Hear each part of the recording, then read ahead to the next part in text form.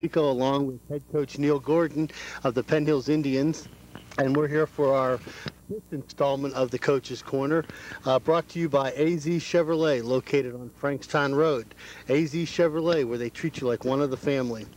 Coach Gordon, it's not a happy time in Happy Valley this week.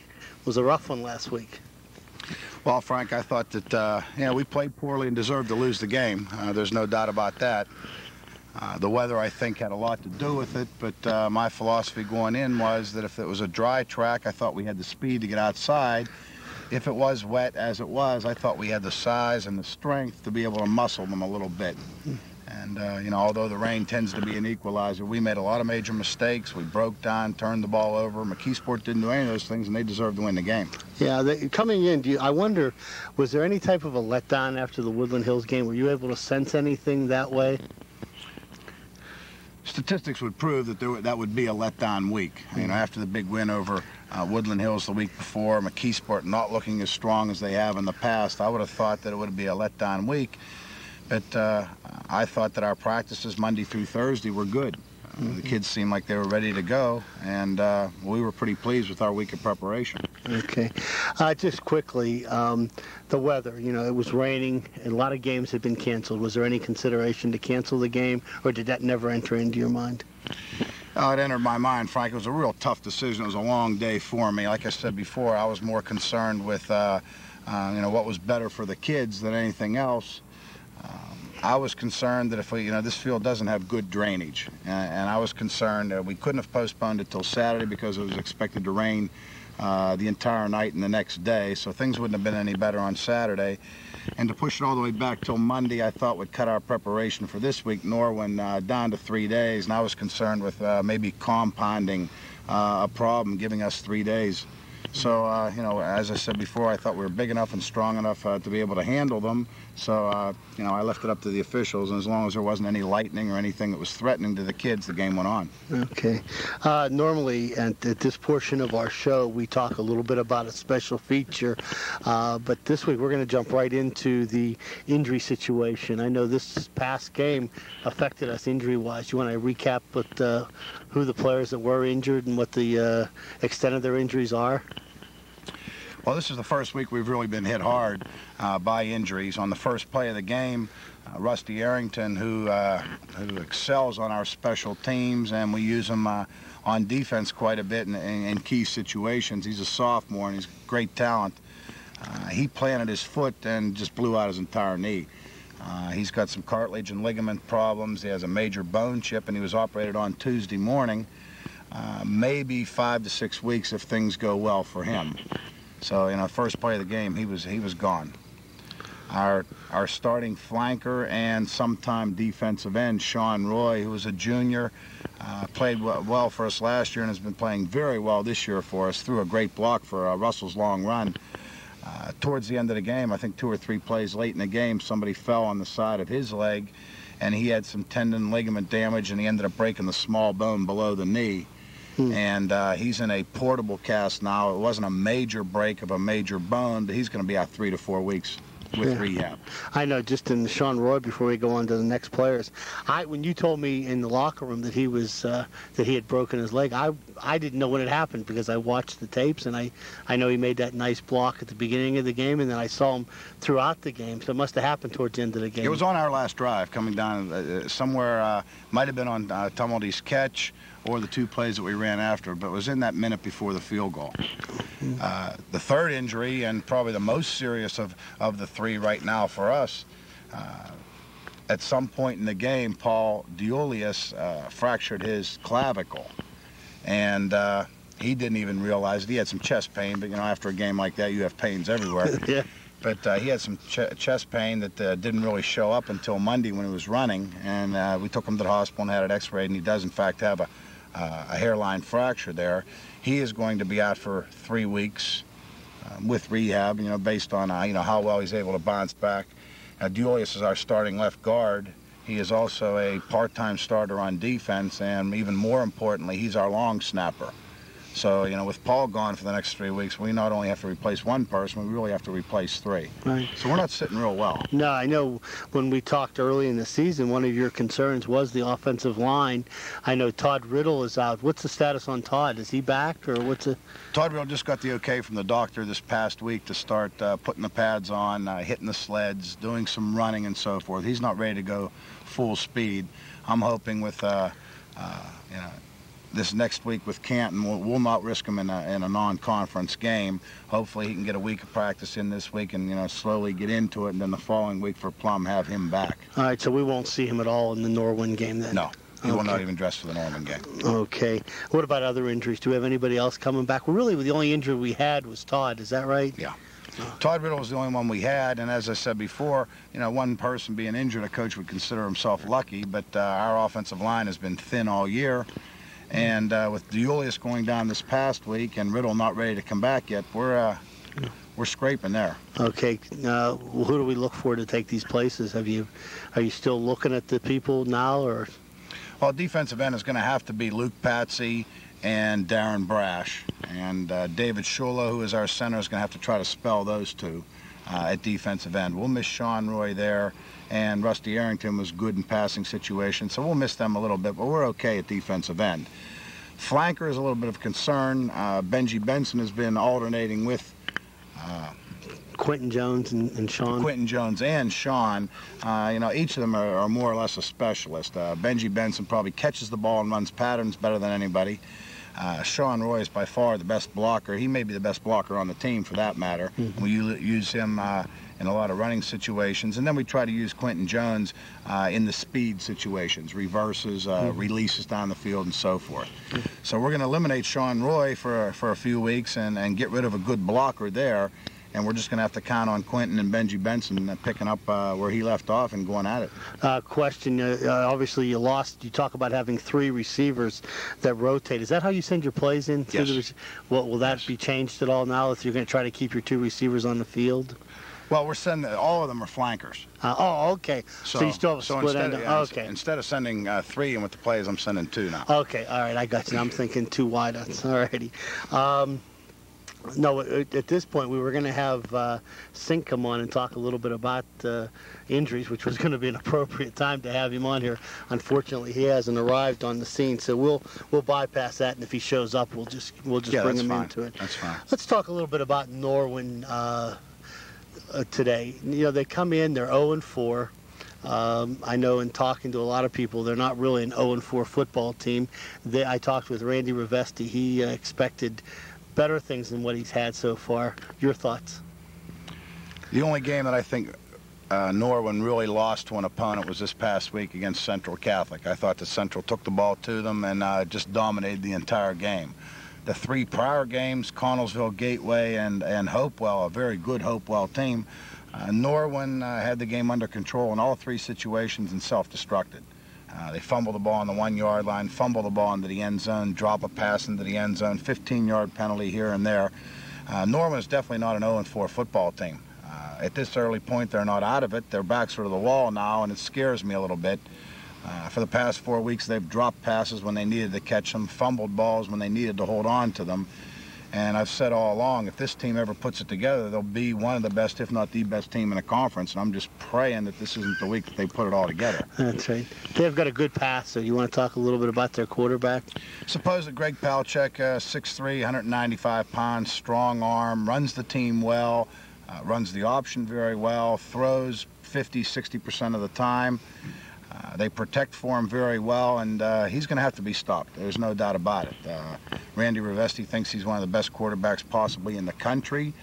He's certainly one of the best in the WPIAL and the Quad East anyway. Okay. Do they have much of a running game? I mean, obviously if he's throwing 60% of the time, that means his running game must be secondary.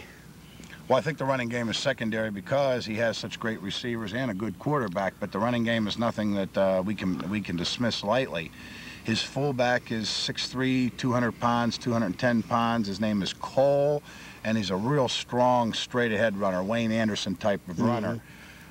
Outside, their tailbacks, they've alternated them around a little bit. They have a boy named Eucas in there who is kind of small. He doesn't have great breakaway speed.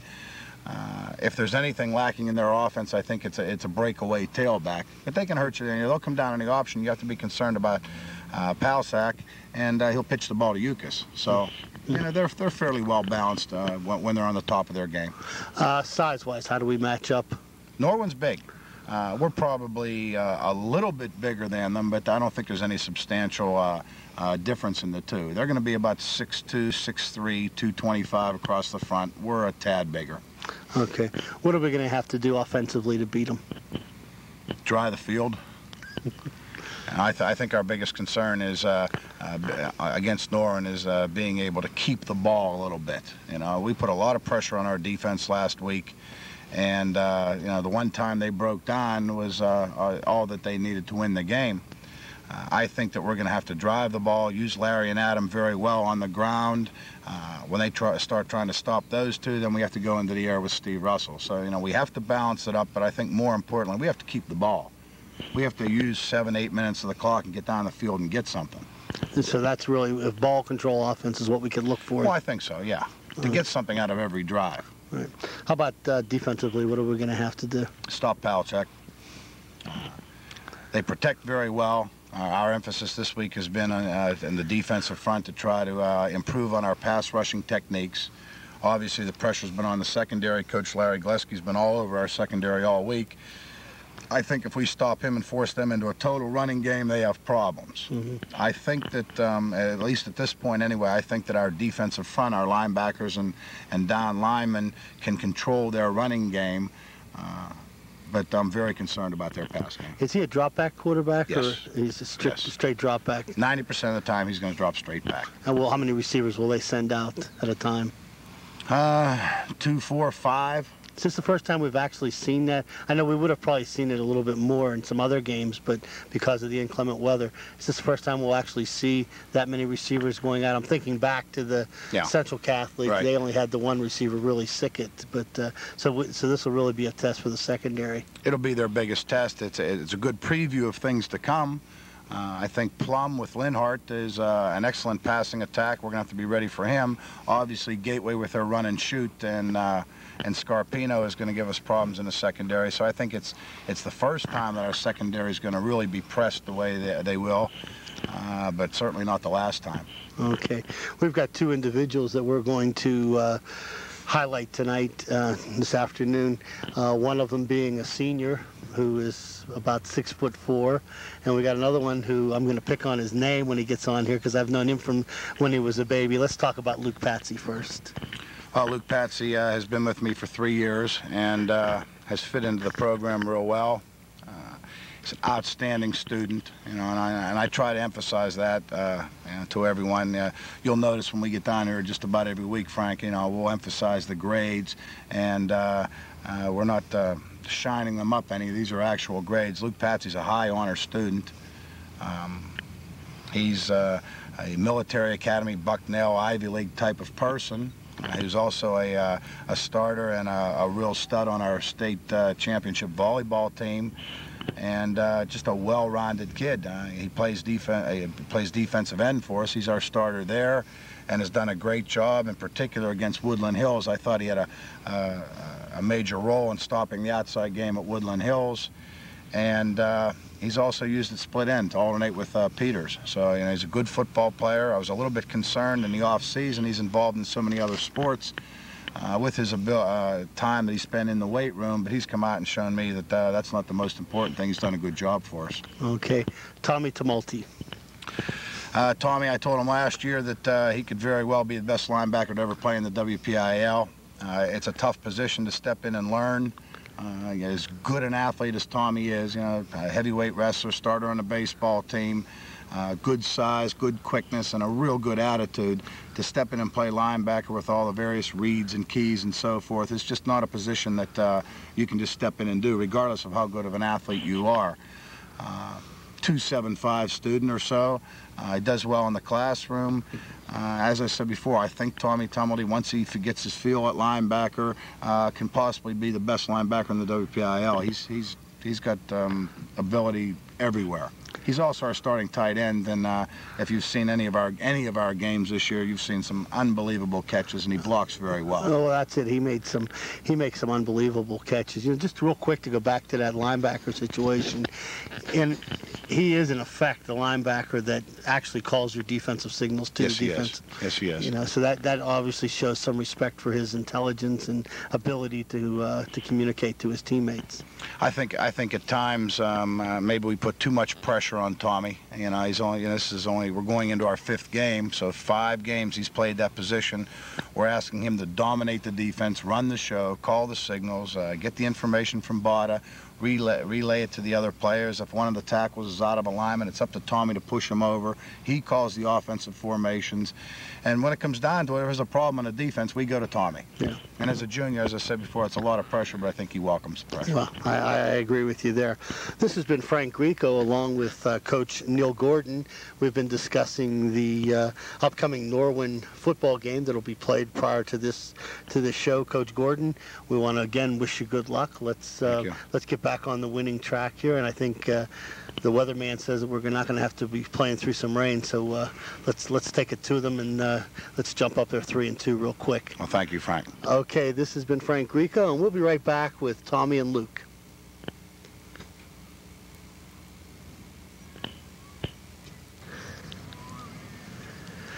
Okay, we're back here with number 83, Luke Patsy, split end, defensive end, Mr. Everything for the Penn Hills football team. Coach Gordon had some real nice things to say about you. Yeah, it complimented me pretty well. I kind of like that. All right. Luke, you've been with the program for 3 years. You were 0-10 one year, 3-6-1. This year we're off to a good start. Looks like we're going to be a contending team. What you as a player, how does that affect you? Do you look at it a different way this year? Or? It feels pretty good. I mean, my sophomore year, I didn't get to play too much, and we didn't have too much confidence, starting over again, and with the new coaching staff coming in, and now it's progressed, and we went 3-6-1 last year, and now we're doing pretty well this year. We can be a contender, and starting to play more, we're getting a little bit more confidence. We see that we can do it. We can. You're the youngest Patsy, is that right? Yeah. Tell the people. I know people want to know where Justin is and where your other brother John. Was it John that went on to the military academy? Or Justin went on to the military academy. He's in the Corps of Engineers now. He graduated in 1988. He got married last year. Mm-hmm. Yeah. And then your other brother Matt. Matt's he went down to West Virginia University, and he's studying now, and Mark's playing football down at James Madison. He's a junior down there, redshirt junior. He's getting a lot of playing time. Good. Did they give you words of wisdom and keep you on track as to what you should be doing? Yeah, they've helped me out a lot, with technique and just keep my head in things and help me out with what to do and how to handle other things. Yeah. Luke, we talk about the being a part of the championship volleyball team. Does that feeling of knowing how to win, does that carry over to football? Do you feel like you know what it feels like to win? Yes, it feels good to experience winning, and we can do it on the football field. We just have to work hard and just strive for our goals, and we can do it. What does Luke Patsy like to do besides play football and volleyball? Just hanging out. I see you always have a smile on your face. I mean, are you ever sad? I mean, I know you're very competitive during the football game, but do you ever not smile? Try to smile as often as I can. It's good to be happy. Okay. In the classroom, I know you're a high honor student. What are your plans after college or after high school? I'd like to go on and play. And maybe play football at West Point. I really like West Point's my main goal, but it's very hard to get in there, so I'm thinking of maybe I'd also like to play volleyball at Penn State or Division I volleyball school. So have you had some contacts in volleyball? Yes, Penn State and Stanford and University of California at Santa Barbara. They've all written me. Well, I'll tell you, with those grades and being a high honor student, I'm sure you'll have the pick of the school that you want to go to. Luke, we want to wish you best of luck. Continued success both on the football field and on the volleyball court, and we'll look forward to talking to you throughout the year. Okay, thanks a lot. This has been Luke Patsy this has been Frank Grieco with Luke Patsy. I want to take credit for being you because you're a star. And we'll be right back here with Tommy Tumulty. Okay, good. Okay, we're back here with Tommy Tumulty, and I had to get Tommy back on here because last time we interviewed him after the Central Catholic game, he said I asked him a question, I didn't give him a chance to answer it. So we'll start off with asking the question. Tommy, and I know you were amazed that I could remember the question. I asked you at the time, which you like better, offense or defense? Now answer the question. It's probably split up. I like them both. We got to hold that microphone up there. I like them both. Offense, I like to get the ball. And defense, I like to make hard hits, So we're pretty much split up. Okay. Now that we've got that out of the way, let's talk a little bit about Tommy Tumulty. Coach Gordon says, that you're really the leader of the defense when you were playing linebacker. Do you feel any pressure about doing that? Oh, definitely. There's definitely a lot of pressure at middle linebacker, not only for me, but for Tom Dasta, too. It's like, got to read a lot, watch the backs. You have to key in on the whole game. At one time. And if anything, if we make any mistakes, the whole defense, it comes down on our shoulders. Tommy, I know it's hard. You're out there out of a 48-minute game in the 4 quarters. We're probably looking at you're out on the field probably 45 minutes. I don't see you come off a whole lot. Do you have to do any special conditioning? Do you find yourself pacing yourself, or do you just keep putting out, and when you need a break, you ask the coach for it? No, I don't get tired until, I'm more tired the second quarter before the half than I am the fourth quarter, because no real preparation for it, though. The coaches made us run in the summer. I pretty much did it. Mm-hmm. Let's talk. I know, I believe it was was it the Woodland Hills game? You got hit in the back. I know you hurt your back there, and that took the wind out of you. Was it which game was that you? When I made the catch, or when I you made that was a Central Catholic game. Mm-hmm. And then you got in this last game, you hit somebody, and then it took you a little bit of time to get up. Yeah, I think I just hit that guy a little bit too hard for my neck to handle it. Mm-hmm. But I wasn't really hurt there. I think I relaxed my neck a little bit. But the Central Catholic, when I got hit there, I was up in the air, and both arms were up extended, and I just got sandwiched. Mm-hmm. And I know on this on the catch on the drive there, when we were trying to score that last desperation drive, you looked like you hurt your ankle or something. Well, it was real muddy, and when I got tackled, my whole foot stuck in the ground, and when I got tackled, just the pressure on it, and it hurt my knee. Mm-hmm. I came down on it. You okay now then? Oh, yeah. Everything's fine? Yep. Okay. As a junior, do you find yourself having any problems taking charge of the seniors on the team? No, our seniors are pretty much, they're good guys. They don't give me any trouble, so they make it pretty much easy. Mm-hmm. What do you think about Norwin? This quarterback is supposed to be a tough quarterback. Any special thoughts on your part? Yeah, that the linebackers definitely have to help out this week. We have to get in the curl, help out the cornerbacks. So we definitely have to help out. Okay. What's Tommy like to do besides play sports? I know you're in every sport that's imaginable. Do you ever have any free time?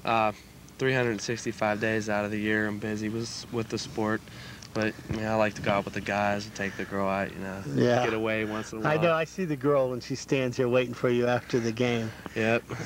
So I know that you find a little bit of time for her. Yeah. And I go away once in a while, go up the weekend, fish or something, to relax a little bit. Mm-hmm. So, but you enjoy that? You enjoy that schedule? Yeah, definitely. Okay. Well, Tom, I want to wish you the best of luck. Like we said to Luke, we're looking for big things out of the Big Red this year, and it's encouraging to know that you'll be back with us next year, and I'm sure that you'd like to go on a winner this year and then go on to next year.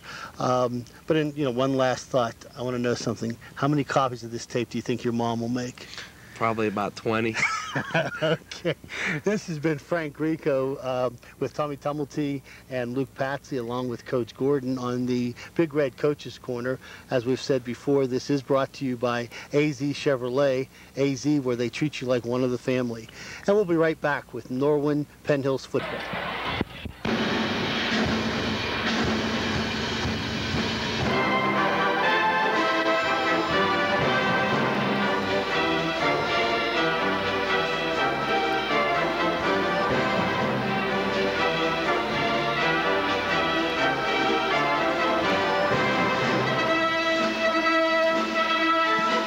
Southeastern Teleproductions presents WPIAL Quad A Penn Hills Indians football, September 29th, 1989. Today we bring you a Quad East encounter between our Penn Hills Indians, coached by Neil Gordon, and the Norwin Knights, coached by Randy Rovesti. Today's game is underwritten by grants from Northwood Realty Company, Better Homes and Gardens. Located on Frankstown Road in Penn Hills, it's the only full-service realtor in the Penn Hills area. #1 in listing and sales in Penn Hills. Call Carol Bechtold, 795-2084 for your real estate needs. By Cavalier Coach, the largest conversion van outlet in the area. Cavalier Coach has over 60 vans in stock. Chevys, Fords, G-Max, GMACs, and Dodges. Stop in and see Ron Casella, sales manager, and let him know you appreciated his support in the underwriting of the game. By Andy Perello's Italian store, located in the Chestnut Plaza Shopping Center on Salzburg Road. Perello's specializing in fresh-cut lunch meat and homemade sausages. Stop in and see Richard and tell him you appreciate his support in underwriting Penn Hills Big Red football broadcasts, and receive a 10% discount on your order. By Biondi Lincoln Mercury, located on William Penn Highway, Monroeville. Call Louis Biondi at 856-1200. And by AZ Chevrolet, located on Frankstown Road in Penn Hills. AZ Chevrolet, where they treat you like one of the family. Stop in and tell them you appreciate the support in bringing you the Big Red games, and take a look at the 1990 Chevrolet. I'm Dan McBride, your play-by-play announcer for Penn Hills football. Frank Grieco provides the color and analysis. Our technical director is Dave Anderson. Frank, we have a little ceremony here before the beginning of tonight's game. We do, Dan. As you can see on your screen, we've got the various elementary schools in the Penn Hills area: Washington, Forbes, Dible, Shenandoah, Penn Hebron, and I've got with me Cindy Gibb. Is that how you pronounce it? Gibe. Cindy Gibe. Cindy, tell us a little bit of what we're seeing here. We're seeing the kids from 6 Penn Hills elementary schools, grades 2 through 6, the Just Say No clubs in Penn Hills. Tonight you're going to see a performance done. It's about 1 minute and 30 seconds. It's a Just Say No song that they're going to sing. Okay, are you part of the school district? I graduated in 1986. Carolyn Staymate's the coordinator for this. I'm her assistant. And so she's got you working on this? I've worked with her for about 5 years, so she's got me working on this, among other things also. Okay, tell me a little bit about the Just Say No program. Well, the program is made up in every school. The kids participate grades 1 through 6, and plus I think the high schools also participate. They represent the Just Say No to drugs. Okay. And so tonight is just to recognize those individuals. One of the many. They've also done some other individual things for each school. Okay. Also, we've got the safety patrols out here tonight. Is that correct? Yes, it's safety patrol night, and represent from each school also, and all the bus stops, and they protect the students on the way going to school and on the way home. Okay. And we also have a special feature today. We're going to have some sign language. Right. The sign language for the Just Say No song is going to be done down here on the track in front of you. There's going to be signers signing the words to the song. Okay, and that's going to be directly below us, so we'll make sure we get that. Cindy, I appreciate you coming on on such short notice. We should let the audience know that Cindy was sitting up here minding her own business, and all she really had to do prior to me getting a hold of her was turn a switch to turn on the radio, and so we got her over here, and she's done an outstanding job. Cindy, we'll let you go, and let's see what the program brings for us. Okay, thank you very much. Thank you. Okay, Dan, as Cindy has told us, we will see a signed presentation down in front of us. Also, we will have our band playing America the Beautiful, and then also the Just Say No song. So I think what we'll have is just maybe while we're talking a little bit about the game, we'll let Dave pan the group, and see. I'm sure everybody's watching their children today. Yeah, it's good, Dan. If you bring that back down to your mouth, you'll be able to talk. We shouldn't tell our secrets, Frank. The Just Say No campaign certainly has taken hold in the school districts throughout the country, and it's quite a crowd we have over there involved in it. And of course, at this young age, you need to become involved, or else that temptation can hit you at a time when you're more than susceptible. No, that's correct. Well, we're looking at the Indian power there. I think that, you know, we've talked so much, and we're going to have an opportunity to talk at halftime with Dr. Saley, superintendent of the Penn Hills School District. I think so many times it's important that kids get involved in the programs for drug prevention, and this is the perfect time, as we can see right now. There's William Penn Schools Just Say No Club.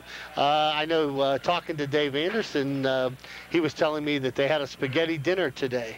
That was part of this program. Is that correct? Yeah. Dave's waving his head.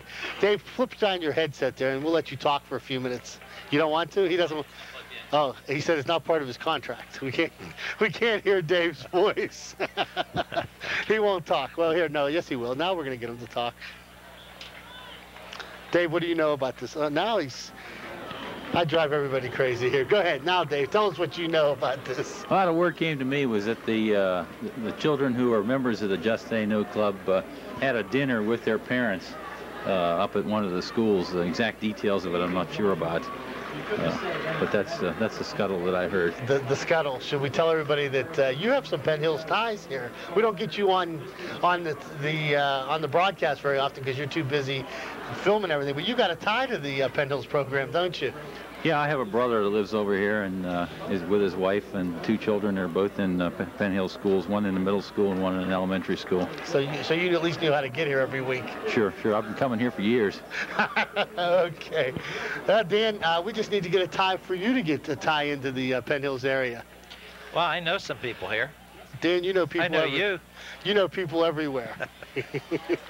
I'll tell you what. Why don't we take a break, and then we'll come back when everybody gets organized for the songs.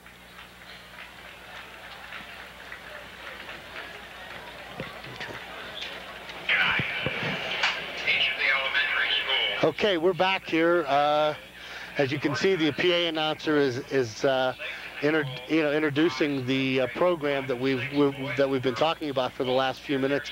As we can see, the band across the way, the banners for Washington, Forbes, Penn Hebron, Dival School, William Penn. There's Penn Hebron. I should tell you, Dan, that our elementary programs go from K to 6, or excuse me, K through 6 for the elementary programs. There's Forbes, Washington. There's our band back there. Dan, while we got this pause in the action and we're looking at the players, we should go over the tonight's game. Norwin comes into the game with a 0-3 record in the conference, 0-4 overall. I had an opportunity to talk with Coach Randy Rivesti prior to the game, and he truly believes that his team is a far better team than 0-4, as does Coach Gordon. In talking to Coach Gordon, he says that he definitely believes that Norwin is a team to be reckoned with, and there was no taking them lightly this week. And certainly the teams that Penn Hills has been playing through the season have come up with their best game, the week that they played them. The Indians haven't had an easy way, even with that Central game, which ended up being a runaway score, but the game was made tight early in the third quarter. We see the groups marching out onto the field. These are the scouts, or safety patrols now marching out.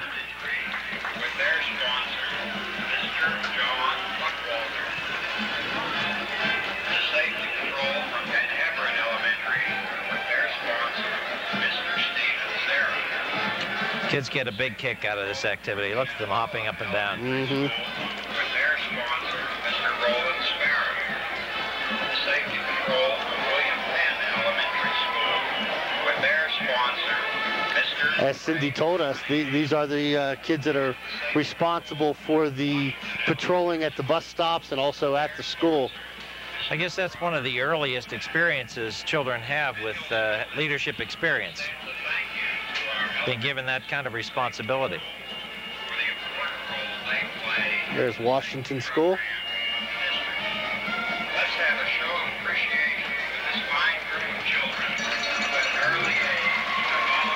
There they are, waving for the camera. They know when they're on TV. And there's Penn Hebron.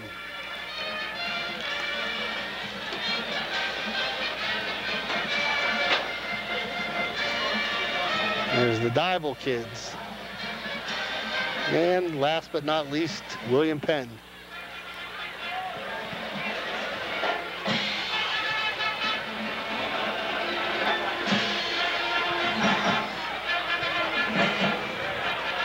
Back to the game a little bit, Dan. We talk about the today's game. Penn Hills comes in with a rash of injuries from the McKeesport game. Not only was that a loss in the on the scoreboard, but it was also a loss in the personnel. You want to go over that a little bit? Yeah, we've got Todd Riddle, who's actually recovered now, but he's being held out to assure a full recovery. And Paul DeUlius, number 70, is out. Eric Kaiser is out. Sean Roy is out. And Rusty Arrington is out. You know, talking about the injuries to Paul, he played the entire second half with a broken clavicle. And the ironic thing about the other injuries to Rusty Arrington and to Sean Roy and to Eric Kaiser, all three of those injuries occurred in non-contact related situations. Rusty planted his foot wrong, and that's what caused him to blow out his knee. Sean was injured on a play without any contact.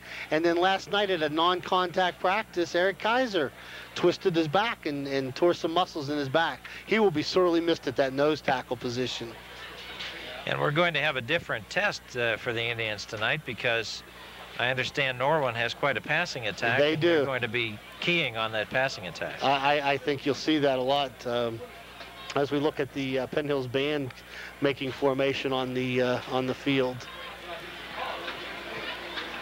Look for Norwin to try to run the ball into the outside. They, now with the absence of Kaiser, you may see him trying to come up the middle a little bit more, but they will definitely throw the ball. They like to throw the ball to Mike Coles. He's one of their leading receivers. Their quarterback, Polasek, is an outstanding thrower. Coach Rivesti believes he is definitely a Division I prospect. So we'll look for the ball to be in the air quite a bit. Mike Cole also operates out of the fullback position. Marcus Yukas is their tailback.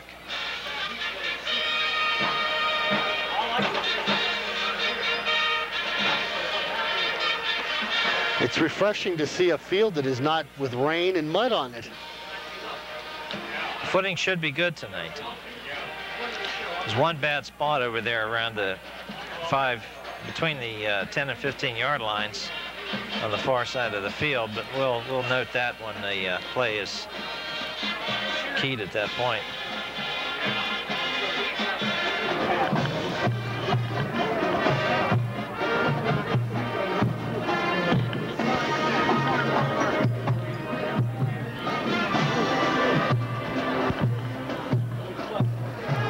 As our Penn Hills band plays.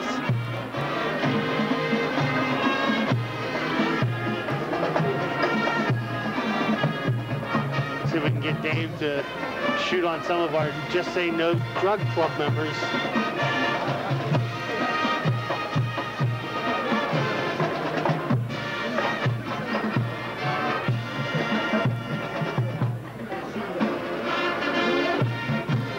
Dival School, and as we move in over towards the Shenandoah contingency.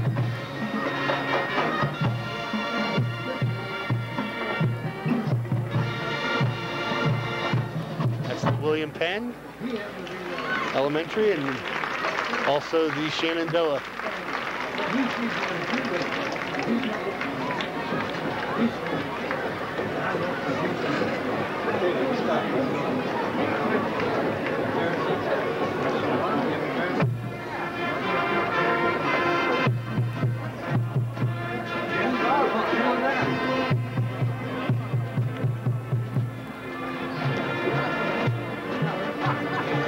Let's talk a little bit about the situation to the point of the Quad East. Right now, Gateway sits high atop the lead at 3-0, followed by Connellsville, who is a surprising 2-0.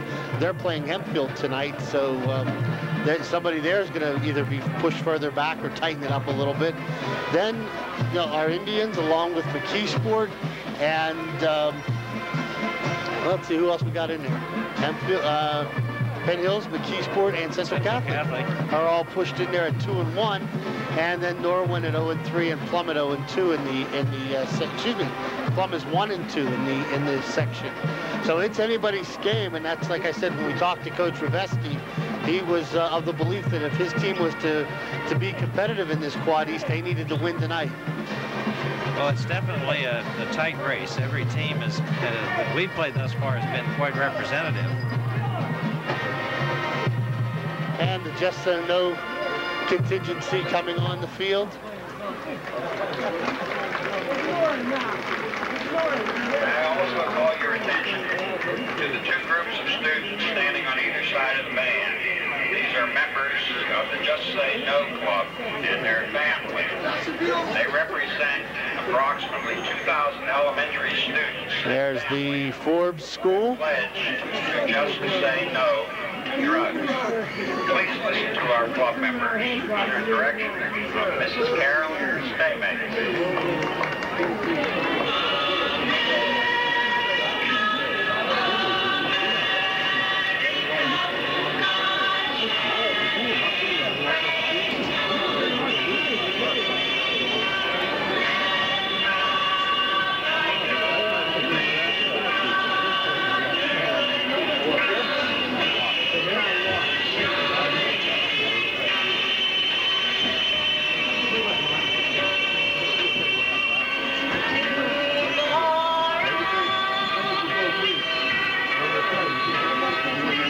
There's the signing of the song that we're hearing, the Just No song, America. Boy, Dan, when they talk about sign language, you don't realize what a privilege we have to be able to hear. Yeah, you're right, Frank, and it's good to see the children are being made sensitive to that inclusion of the hearing impaired in the mainstream of life. Yeah, they're all doing it. That's the Shenandoah contingency.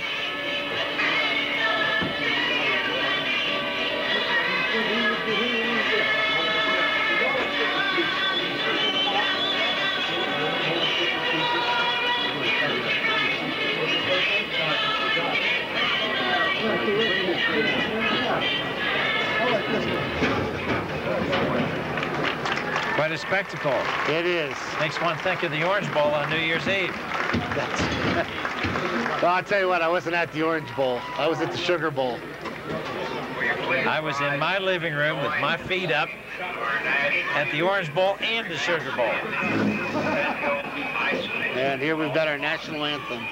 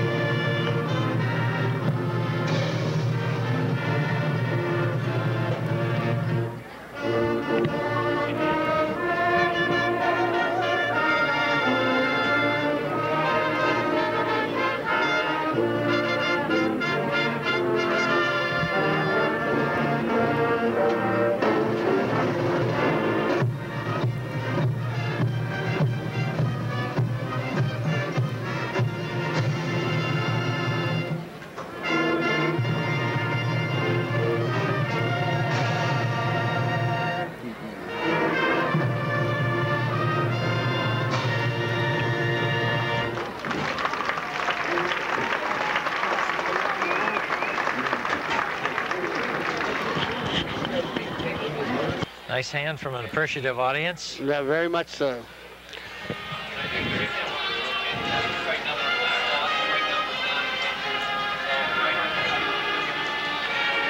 Is the alma mater coming up? That's it. How did I know? You've been to one too many football games.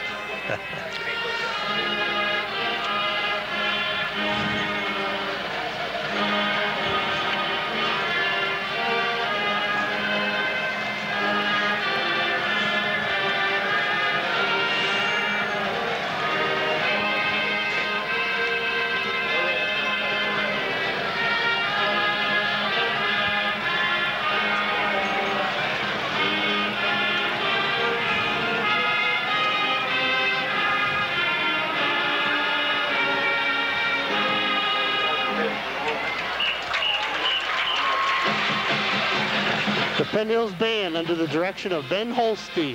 I think Mr. Holste's been around as long as bands have been around. I'm sure he'd love to hear that. Well, if he's watching the show, he heard it. Okay, and I guess we'll be right back with action between the Norwin Knights and the Penn Hills Indians.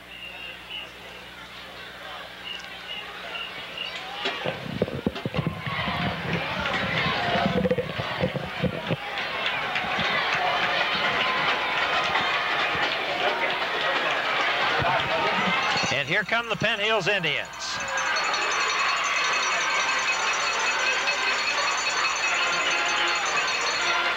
Frank, the Indians were very much alive there in the warm-ups before the game tonight. I'm sure they've come here knowing that they're going to have to put out 100% effort and take charge of the ball game.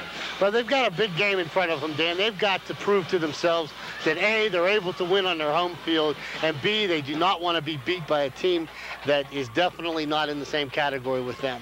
You know, we talk about Norwin, they're 0-4. We talk about our Indians, we're 2-2. We could very easily be 4-0. And Norwin could be very easily 3-1. So it's really going to be a tough game for both teams. I look for the Indians to come out. I look for them to throw the ball. I look for them to be tested defensively. Their defensive secondary will be tested early by the passing arm of the Knights of Norwin. But I think we can rise to the occasion. What remains to be seen is how the injuries will affect us. You know, losing an Eric Kaiser is very, very crucial to the success of the front line of the Indians. Losing a Rusty Arrington and a Sean Roy is very important on that defensive end position. Those are the people that spelled Luke Patsy and Darren Brash. We know Darren's had an outstanding first 4 games, but he's got to play a little bit longer this time. Well, co-captains Steve Russell and David Baines went out there and got the toss for the Indians, and they will receive. Mike Peeler, Quentin Jones, Larry Jackson will be back there.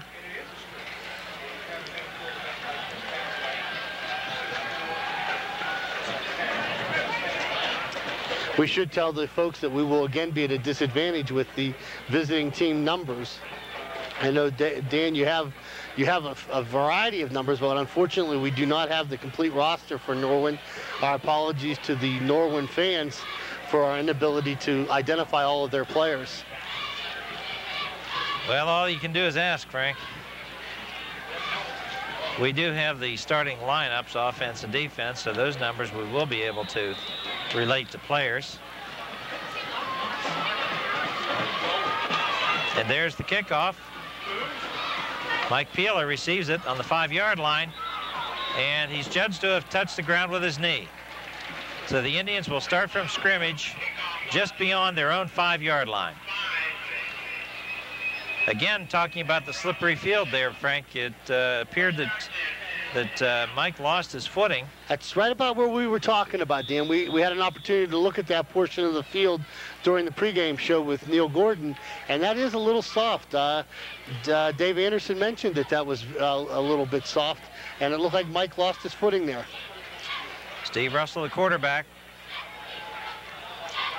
Pitch back to Jackson, heading toward the left sideline.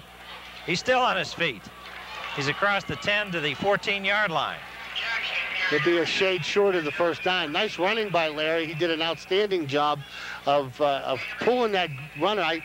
I like to see that early in Larry. When Larry runs the ball early with that type of force, it's going to be a positive night. Quentin Jones enters the lineup for the Indians.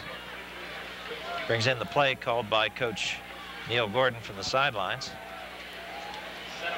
And Jones splits wide left. Steve Russell. Adam Martin gets across the 15-yard line for the first down. No, that's good. Adam did a spin move there and probably picked up 1.5 yards before his body hit the ground. So that was an athletic move, Frank. 1st and 10, ball on the 17. This will be an important drive for the for the Indians, because if they can take the ball, and talking to Coach Gordon, he wants to have a ball possession offense. He wants to control the ball as long as he can. Adam Martin, second man through, still on his feet. Pulled down at the 25-yard line. And Adam running hard. That's good. It's a good sign to see both of them running early. Another 9-yard gain. It'll be 2nd and 2. As we that said, would make it an 8-yard gain, wouldn't it? Right.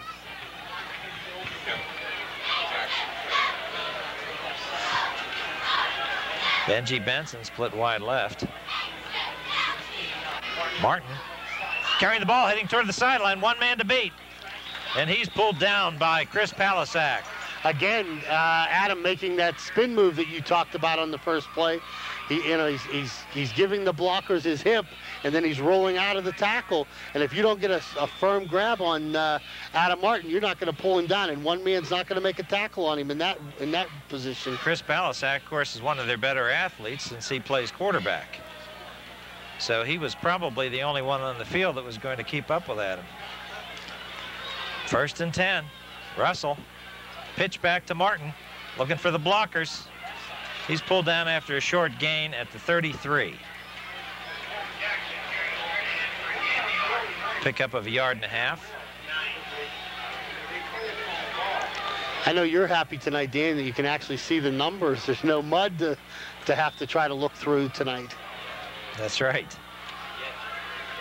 Of course, the Indians' color combination didn't work out too badly last week.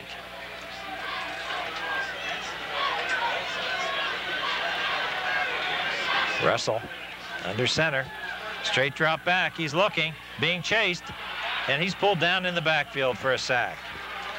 Tonight's game is brought to you in part by Cavalier Coach, located at 11,000 Route 30, Irwin, Pennsylvania, 15642.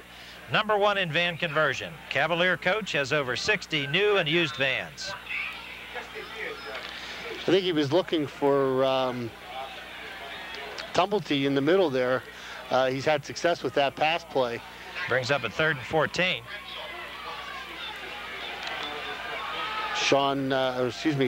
Quentin Jones wide to the far side. Pitch back to Jackson. Looks for the opening. Gains about 5 or 6, but he's not close to the first down. This will probably be punt territory. 3rd and 9. Bring up the first punt for the Indians. And of course, Steve Russell, the quarterback, does the punting.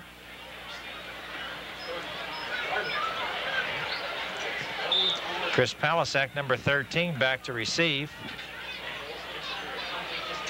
Try to catch the other number for you. Looks like 20-something. Might be Cole, 29. There's the snap and the kick. There's a flag on the play. Ball is picked off by Palasak. It was headed right toward Cole's receiving area, but Palasak cut in front of it. We got a flag back in the, it's going to be against the Indians. It looks like illegal motion.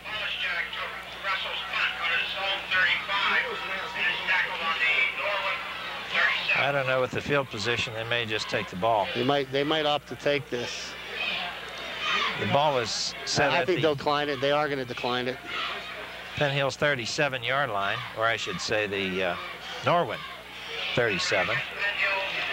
Well, a drive that looked like it had some real promise early in the early part of the game stalled there, and now it's Norwin's turn to try to see if they can get an offense moving. Chris Palasak, number 13, the quarterback. 29, Mike Cole, fullback. 32, Marcus Yukas, the tailback. Palasak rolling left. He's going to carry it himself. Pushes forward for about 5 yards. That looked like it might have been a broken play. It did, Dan. It looked like he may have wanted to hand off, to the right side. Obviously, there was a mix-up there, and so he kept it using his athletic ability to still gain 5 yards. 2nd and 5. Chris Palasak, the senior quarterback, number 13. Cole and Yukas behind him.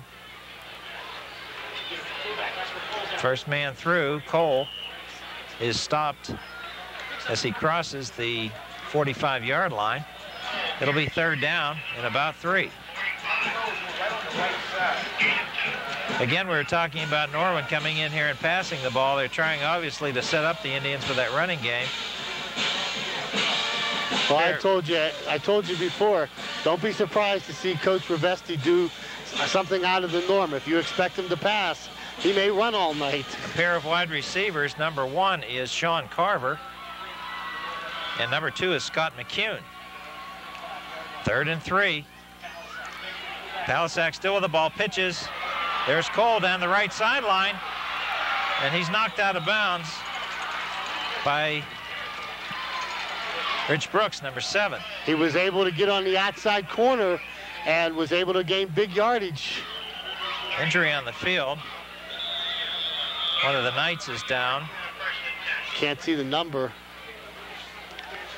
He'll be attended to. Richard Brooks came across the field to make that tackle, which was really a touchdown-saving tackle for the Indians. Cole would have put 6 points on the board right away for the Knights. This is going to be important for the Indians. They've got to be able to play some aggressive defense. Tonight's game brought to you in part by a grant from Andy Parolo's Italian Store, specializing in homemade hot sausage and cold cut trays. Stop in and tell Richard you saw the game and get a 10% discount on your order. 5:48 remaining in the first quarter. Penn Hill's trying to stop an early drive here on a third down play by Norwin's Cole, Mike Cole, down the right sideline. Have we been able to identify the injured player? He still hasn't turned his back to us, or his front to us. Yeah, you would think he'd be a little bit more considerate if he was going to have an injury to turn sideways so we could at least see his number. Probably doesn't want his mom to know. At 61, P.J. Petrarco. Yeah, see, P.J., now he's okay, so now he can let his mom know that he's okay. It'll be 1st and 10. Ball inside the Penn Hills 30.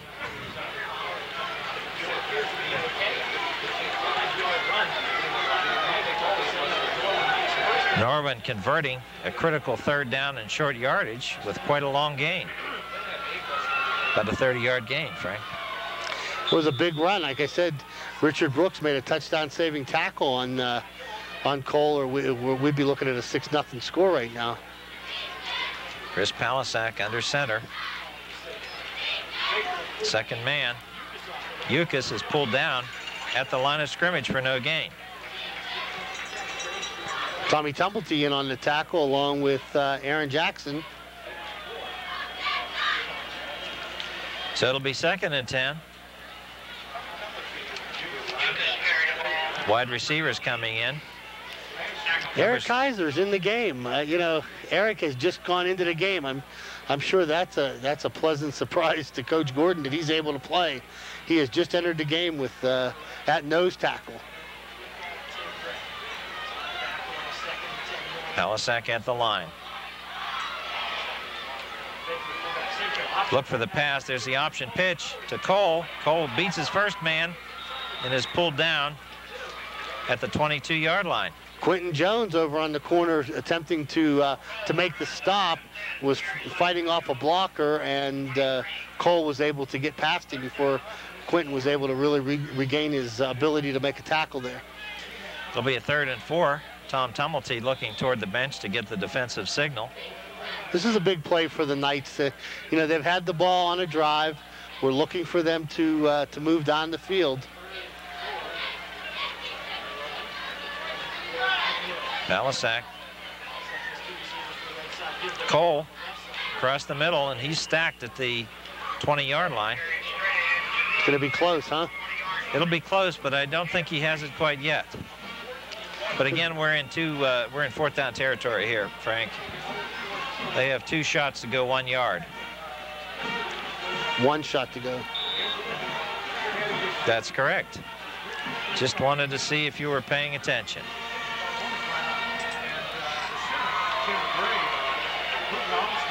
Clock running, 3:49, first quarter action.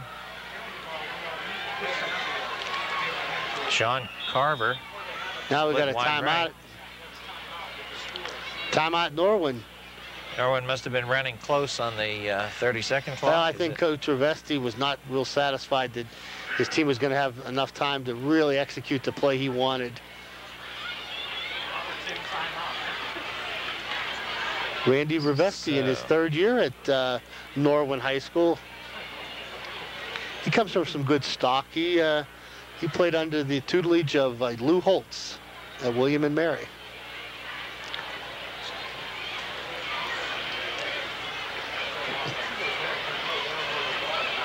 The name rings a bell with me. I can't quite recall where I heard it. What, Lou Holtz or Randy Rivesti? Randy Rivesti? Holtz I heard of. Oh, okay. William and Mary I heard of. William was all right. Mary was a little shaky.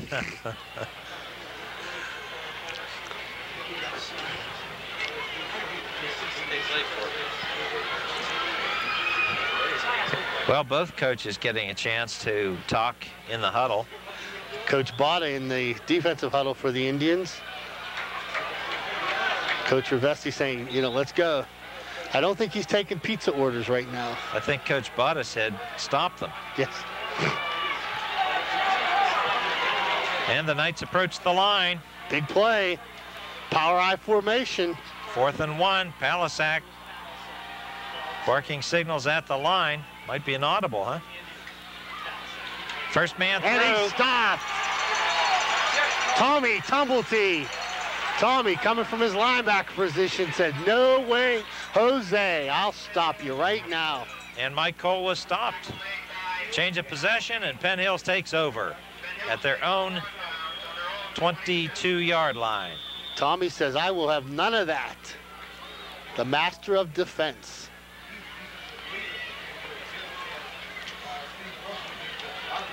Not the Secretary of Defense? Nah. His girlfriend is the Secretary of Defense. Steve Russell. Jackson cuts right across the line, falls forward to the 27-yard line. Pickup of about 5 yards.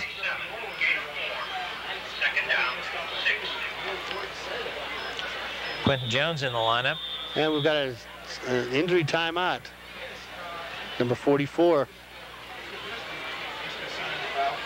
Is that one of our mysterious players, Dan? 44 is Eric Simcoe.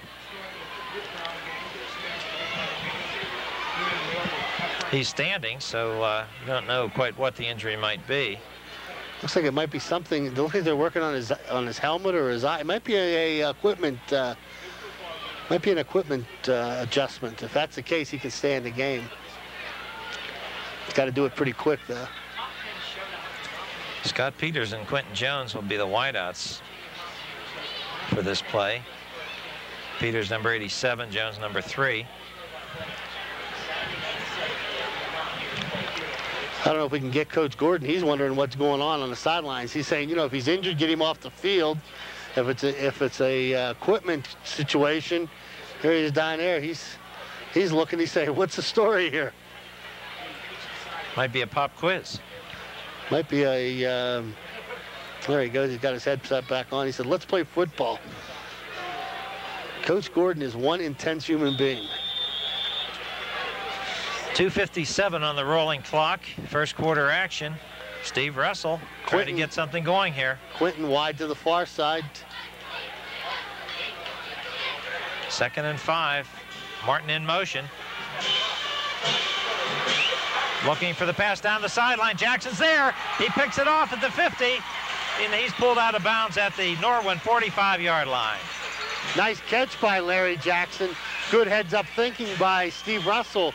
Steve looking downfield, not sure that he had an open man, and then just nice touch, dropped it, lofted it over the Knights defender and right into the hands of Larry Jackson. I believe Jackson was his secondary receiver too, because he was looking across the middle for a number of seconds. I think it looked like he was setting up to throw to Scott Peters across the middle.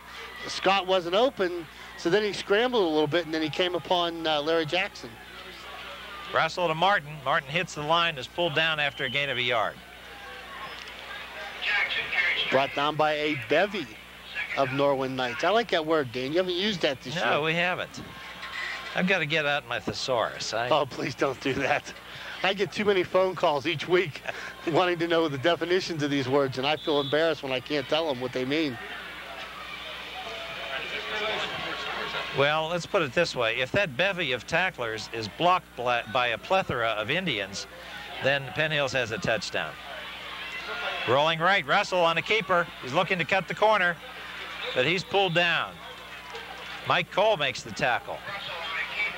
Cole's Mr. Everything for the Knights. Going both ways. It'll be 3rd and 9 now from the 44, just short of the 45-yard line. Benji Benson brings the play in for the Indians.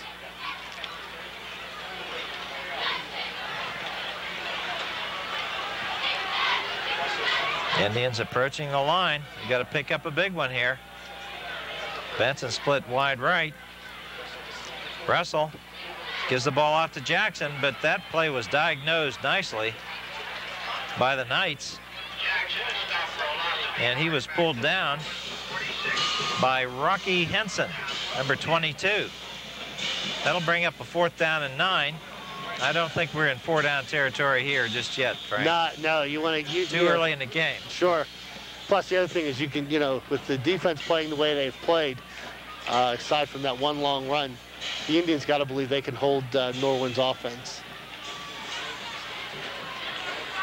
Palisak and Cole back to receive. Snap is bounced in there, but nice Russell punt. Gets it off. Fair catch called for by Cole. And he falls forward to take it at the 13. Tonight's game brought to you in part by a grant from AZ Chevrolet, located on Frankstown Road in Penn Hills. AZ Chevrolet, where they treat you like one of the family. Stop in and tell them you appreciate the support in bringing you the Big Red Games. And take a look at the 1990 Chevrolet. 33 seconds only remain here in the first quarter. Ball just short of the 15-yard line. And the Norwin Knights approach the line of scrimmage. Palisak looking to pass. Long pass down the left sideline, and it's over everybody's head. The best chance was had by Quinton Jones, who didn't expect the ball to be that far over the head of himself and Scott McCune, number 2. It looked like the receiver was to run a post pattern, but Quinton was able to tie him up and stop him. So that was a good play there. Quinton was the closest receiver. For the benefit of those fans who don't know, and perhaps for me, what's a post pattern? He's running to the middle of the field. Okay, number 13, Palisak, the quarterback, under center. Hand off to the fullback, who is momentarily stopped, Yukas. Oh, yes. He's knocked out of bounds by Adam Martin. Well, I'll tell you what, those are the kind of plays you like. Tommy Tumulty had him by the legs, and Adam says, here, let me see if I can rearrange the front of your chest. Ball at the 22. It'll be 3rd and 3. They are gaining on those wide sweeps, though. Well, you know what? That kind of play is, Adam's eyes get real big when he sees a guy who's can't move. And that guy's saying, please don't try to drill me. So we've got another 3rd and short. They broke one the last time to Norwin on this. Palisak. Pitch back. Yukas, the tailback, heading toward the left sideline. He's still on his feet down the left sideline across the 50-yard line. He's cutting back, and he's pulled down inside the 50 by Wadowski. Eric Wadowski. Again, they get on the outside corner, and they're able to run successfully when they get on that corner. Coach Gordon not real pleased with the fact that they've had success on those third down conversions. And Yuka showed us something there in his ability to change directions. He did. There's the end of the first quarter. At the end, there is no score between the Norwin Knights and the Penn Hills Indians.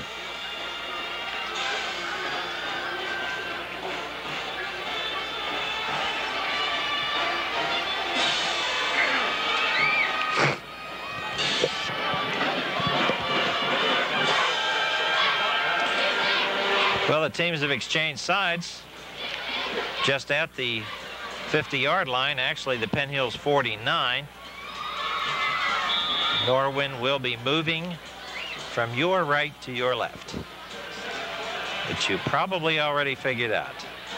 Unless you have a black, well, even if you have a black and white TV, you still can. Let me say this. 12 minutes remain in the second quarter. It's the only time I can say that. First man through, Cole. It's a nice hole, picks up 4 yards. Michael Cole, senior fullback. It'll be 2nd and 6.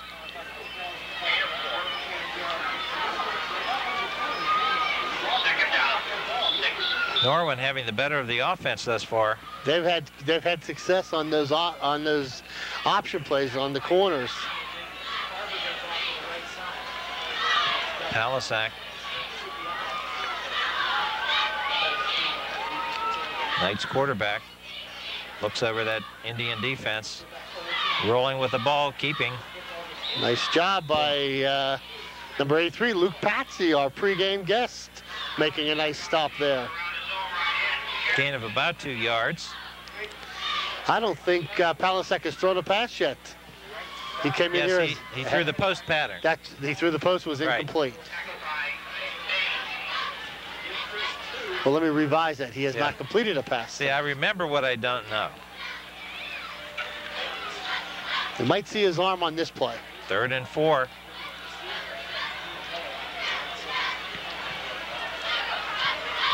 Eric Simcoe wide left. Pitch back. Yukas has the ball. He's looking for his blockers. He's still on his feet. Steps out of bounds across the 45. He may have the first down. It's going to be close. Well, we can't see where it's marked. They may bring the sticks across the field to measure. It's going to be close. Well, they're giving it to him.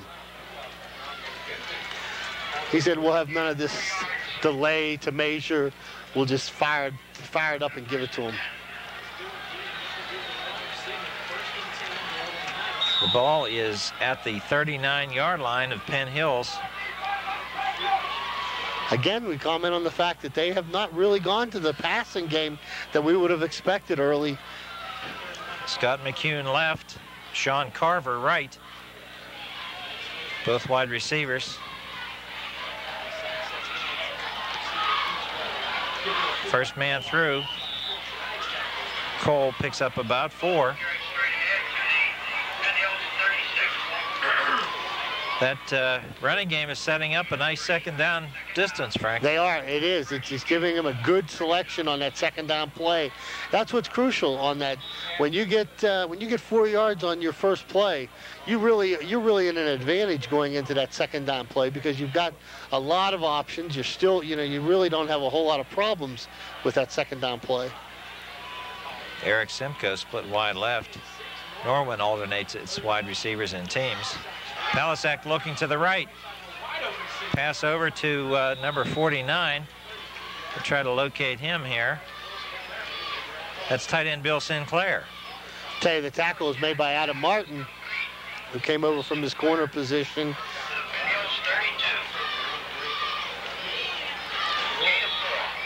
It'll be 3rd and about 3 yards. Again, that's a nice yardage for 3rd down. And this has been when they've gone on the wide runs. They got the wide side to the near side. Palisak under center, handoff to the first man. Did he break through? Cole still on his feet. He's down to the 19-yard line. That hole opened up just that quick, and he was through there just that fast. Norwin just taking it right to the Indians here in the early going. And everything we've heard about this not being an 0-3 team, appears to be exactly correct. Well, you know, the one thing that in talking to Coach Rivesti, his biggest concern is that the Knights are capable of self-destructing. You know, the other team doesn't beat them as much as they beat themselves. Palisak handoff to the first man, but he stopped at the line. It was a bad handoff, bad connection there. Gain of about a half a yard.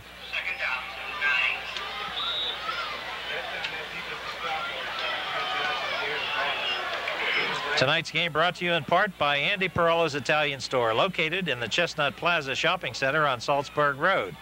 Stop in and see Richard and tell him you appreciate his support of the televising of Penn Hill's Big Red football. Palisak at the line.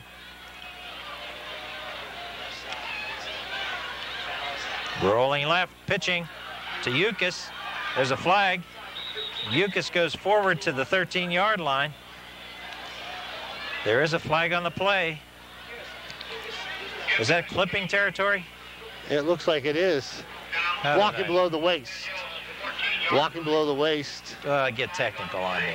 15 yards. That'll help out. Clipping. Yeah, you're the expert, Frank. I'll take your word for that.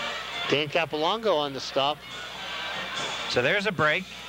Perhaps what you were saying is starting to come into play here. Again, that was a nice gain, erased. That's it. I mean, we talked about this a few minutes ago. They get a nice drive going, but then you get set back 15 yards. Second and about 25 yards for Norwin. Palisak approaches the line. Cole and Ukis behind him.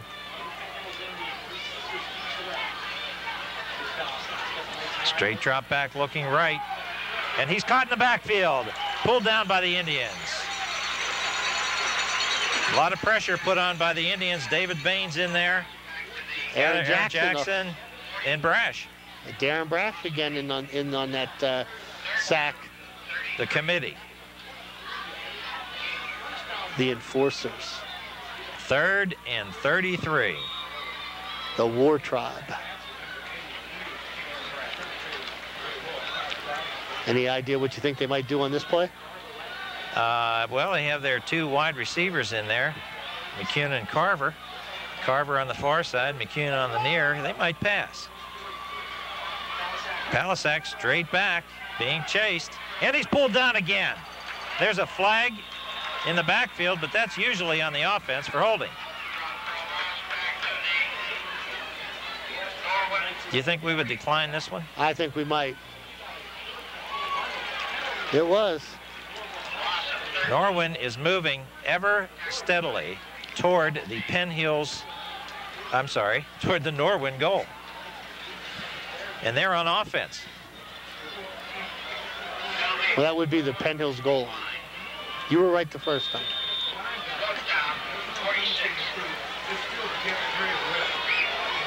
Back to punt is number 6. Peter Punter. Well, we'll have to be creative that way. Bad punt, but let's watch out for this one. Indians got in a whole lot of trouble with one of those last week. That's right. But this one worked out all right at the 26-yard line. I'm reasonably sure that David Baines now knows if the ball touches him that he is not to, although David says it didn't hit him. It very well might not have. It just looked like it did. But we'll have some interesting names by the end of the night. Peter Punter has punted.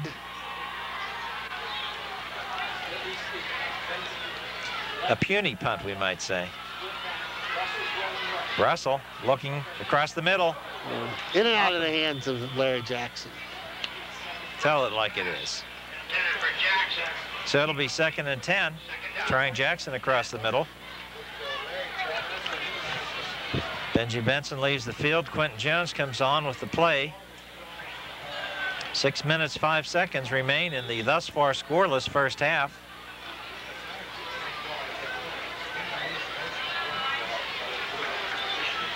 Steve Russell.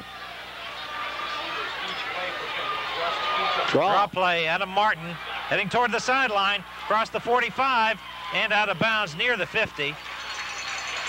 We'll see where the ball is marked. I believe the 47. And that'll be a first down. So the Indians try a wide one. Tonight's game brought to you in part by AZ Chevrolet, located on Frankstown Road in Penn Hills. AZ Chevrolet, where they treat you like one of the family.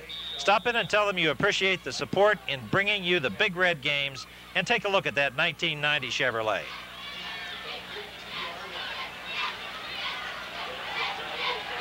Ball at the 41-yard line. Penn Hills with a first down. Benson in motion. Russell pitches to Martin. Martin is pulled back nicely by Mike Cole, who penetrated into the backfield on that wide sweep. The Indians will have lost about 3 or 4 yards. Aaron Jackson is down. Holding his knee, that's not a good sign. Little battle of the 29s there. 29 tackling 29.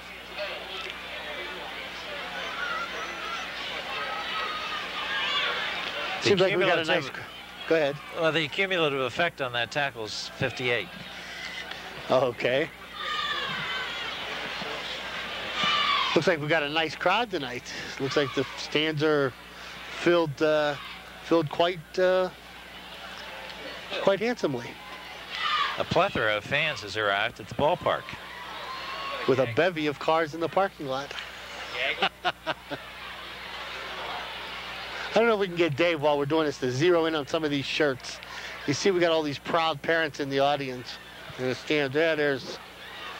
Not only parents, but you see granddads there's and Dave's aunts mom. And that's Dave Shillow. Dave's granddad. And we can find some more. There. There's Ben's mom. And there's Aaron's mom over there on the left, who's handling that one quite nicely. Understanding the game of football, I'm sure. There's Molly Mealy. Molly Mealy and Mrs. Mowry going down the stands. Frankie Mealy's mom, number 38. 2nd and 14. Russell still has the ball. Nice fake. Lets it loose downfield for Peters. Yes, catches the ball and falls to the ground at the 6-yard line. Scott Peters on a nice catch. And that ball went a long way in the air, Frank. It did. That was about a 60 yards in the air pass. I'll tell you what, Scott kept his eyes on that ball. Nice concentration. Pulled it in there, and I'll tell you what. That's Scott's first catch of the day of the year, and we told him that when he made that catch, we would make sure that we had it, and we've got it. Well, he certainly had a couple of yards on the defensive back, and he had the position. Ball on the 6.5 yard line. Steve Russell. Indians try to punch it in. Martin hits a crowd. The ball's on the ground. The whistle is blown. No signal yet. Indians don't need this kind of a thing to happen. I believe they have retained possession. Well, now we got a stop in the action here. A Norwin Knight player down. So the Knights diagnosed that play perfectly. It'll be 2nd and goal from the 7-yard line. Tough brand of football here in Quad A, Frank. Well, that's right. There's no panty waste in this thing.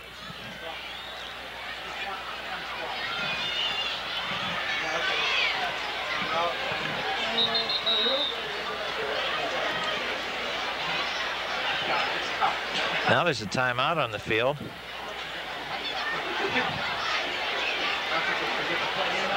What's going on, Frank? Well, looks like I think Coach Ravesti doesn't want that player to leave the field. Did he leave?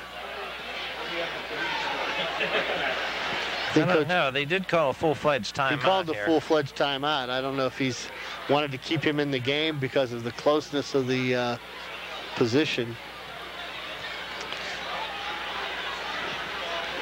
At halftime tonight's game, we'll have an opportunity to talk with Dr. Joseph Saley, the superintendent for the Penn Hill School District. Get a chance to chat with him during halftime. Also, our halftime feature of the Kevin Primus Stat Show. Kevin got his hair cut for this one. Well, last week a tie, tonight a haircut. What's next? I don't know about you, Kevin. He's sitting here smiling. I know when he came up into the stands earlier, people were beating him with autographs. So pretty soon he's going to have his own little group to come in and do all the work for him, and he'll just come on at halftime. Steve Russell approaches the line with the Indians. 4:45 to go from the 7-yard line. Second down. Russell looking into the end zone. Oh, Darren Brash was all by himself in the end zone. And Russell saw only Tumulty. Brash probably was blocked by a couple of Norwin defenders. So it'll be 3rd and goal.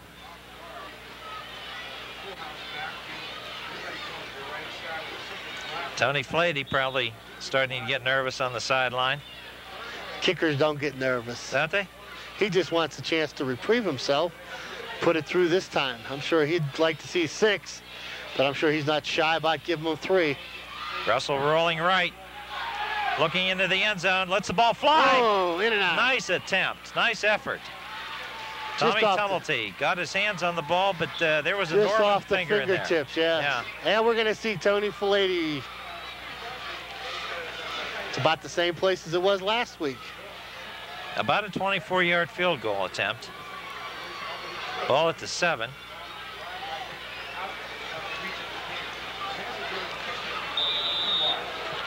So the Indians will attempt to get on the board. Tim Grieco to hold.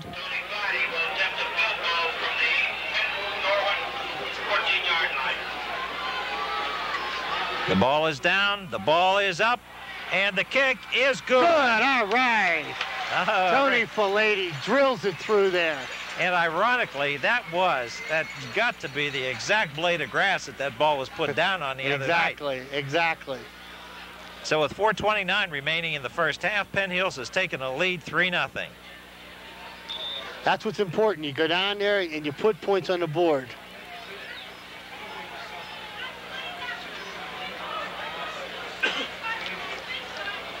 That helps the confidence of Tony Flady because, you know, I'm sure that as he was walking out there, he was thinking, same place, same location. And but you know what, though? Kickers have they bleed different type of blood. You know? I don't believe that. They do. They got ice in their veins. They don't even think about anything. Mike Cole standing back on the 2-yard line to receive. Flady will kick off from the Penn Hills 40. End over end toward the right side. Taken by the up back and fumbled.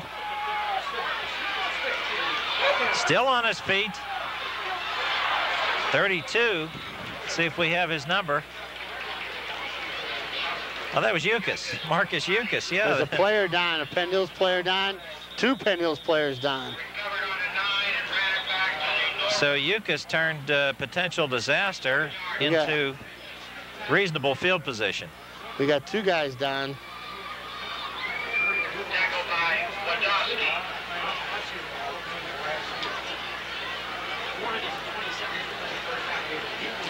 Well, we'll see if the Indians can play takeaway here.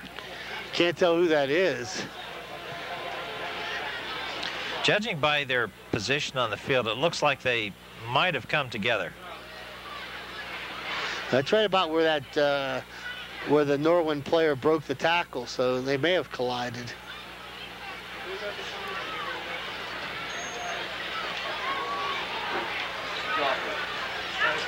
And of course, always with boys this age, you want to take every precaution on an injury, which is why there is so much time spent in these injury timeouts.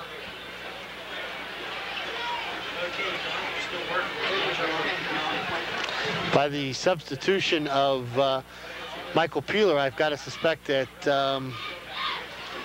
that one of those players might be Quentin Jones. Joe Corello is one, number 50. And he's up and moving, but Quentin Jones, I would suspect, is the other one.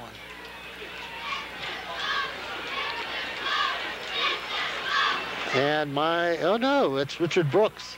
And he's limping a little bit, favoring that left ankle. But he's walking off under his own power. Might have gotten their legs tangled up. 4 minutes, 20 seconds remain. First half action in this Quad A contest. Penn Hill's getting on the board with a field goal by Tony Flaty after a long pass from Steve Russell to Scott Peters. That was definitely the big play on that one.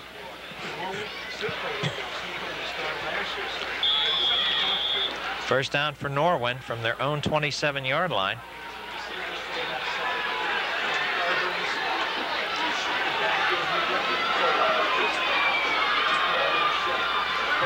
Palisak, long count.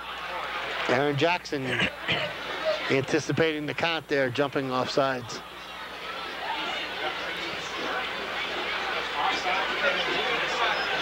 So that's an easy 5-yard gain for the Knights. That's 5 yards with no pain. No pain and some gain.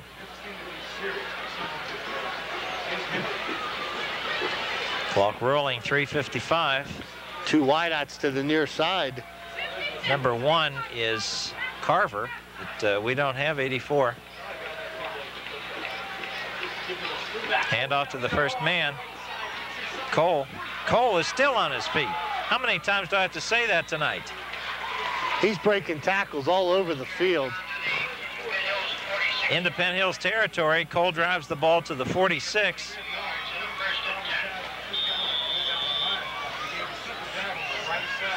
Eric Kaiser going back in again. It looks like they're playing Eric sparingly in an attempt to try to get him through the game. But Scott McCune wide left now for Norwin, number 2. Palisak again, Frank, we're not seeing that passing game we were talking about. And there's Cole again. Rolls down to the 44, just inside the 45-yard line. Second and long, be about 8 yards.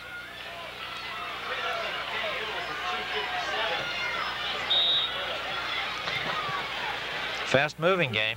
It is. We've only been on the field less than an hour, and we're almost done with the first half. Chris Palisak eyes the Indians' defense. Looking at all that big red over there. Straight drop, looking to pass. Screen pass, pulled in by 37. Nice reception by an unidentified Knight. Randy receiver.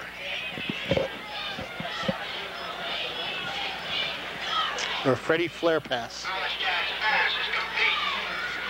The retentive rookie. We got a serious situation here. Norwin's moving the ball. 35-yard line of Penn Hills, a first down for the Knights. 2:29 remain, plenty of time left in the first half. Palisak across the middle to McHugh. He's pulled down at the 20. It'll be another first down.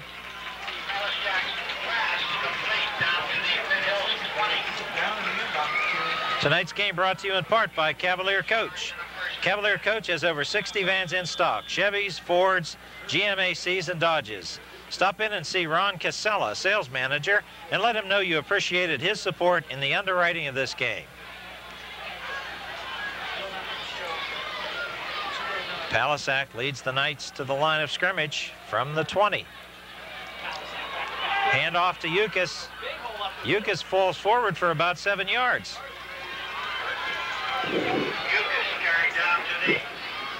I tell you, Frank, some of these teams are doing some great scouting against the Indians. They are. They're having a very successful drive here. Again, this is where they were last time when they self-destructed. And as we said before, Norwin's biggest enemy is themselves. 2nd and 4, McCune left.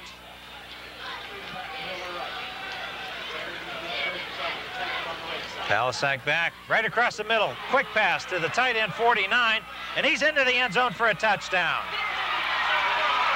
He took that in on his own. Steve Russell had a grab on him, but he just said, no way, I'm going in. Touchdown for tight end Bill Sinclair. So the Knights from Norwin have moved from their own 27-yard line to score on a touchdown drive, which took up big chunks of yardage.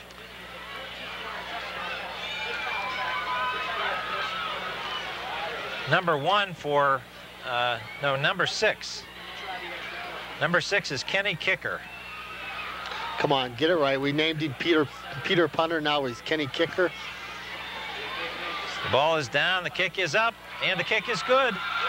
So the Norwin Knights have taken a 7-3 lead here with 1:22 remaining in the first half. Peter Punter, alias Peter Place Kicker. Close enough. We've got a Knight down on the field. 71, it looks like.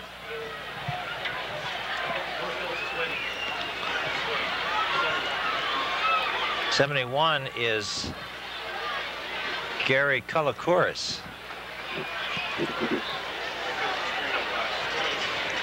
Greg Kulakouris. And that's what we didn't want to have happen, is the Indians get the 3 on the field goal, you know, and then they come down here on the other side. Now all of a sudden, Norwin comes down the field, scores on a little dump pass into the just beyond the line of scrimmage. A nice play, nice call by Coach Rivesti on that play. They kicked the extra point, 7-3. We got 1:22. Now this is when the Indians have got to rise to the occasion and try to at least get down there and get 3 more, even get 6 of their own. Not only that, Frank, they've got to win a home game. Yeah, they're in good shape right now.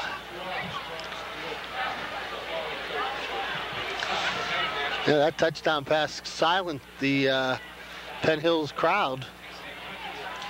Well, we see the Norwin band lining up on the far side of the field, and that's quite an ornate unit. Well, I'll tell you what, they're a world-class band, and yeah, it's funny. Went to a Norwin game many years ago, and I was coaching at Plum High School, and we played Norwin, and we went out there, and there had to be 6,000 people in the stands, and at halftime we came out there, was about 2,000. And I asked where all the people went. It was a good game, an exciting game. And they said half the people came to see the band participate. That is certainly part of the spectacle of high school football. It is, and their band is known world round.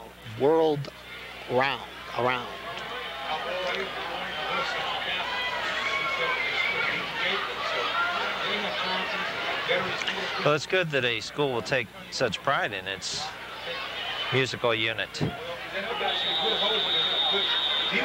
Well, I tell you what, we don't have anything to be ashamed of with our band. Our band's outstanding also. Offsides, Norwin.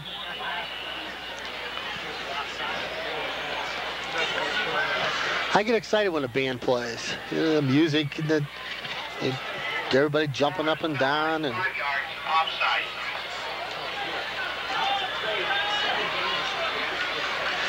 Norwin will kick from the 35-yard line. My second life, I want to come back as a tuba player. Larry Jackson set to receive in the middle.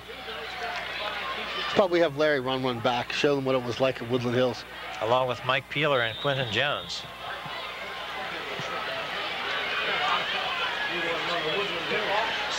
Kick on the ground.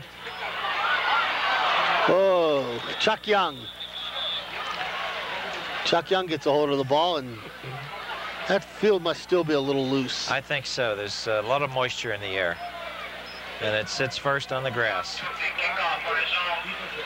Penn Hill's not in bad field position at their own 35-yard line.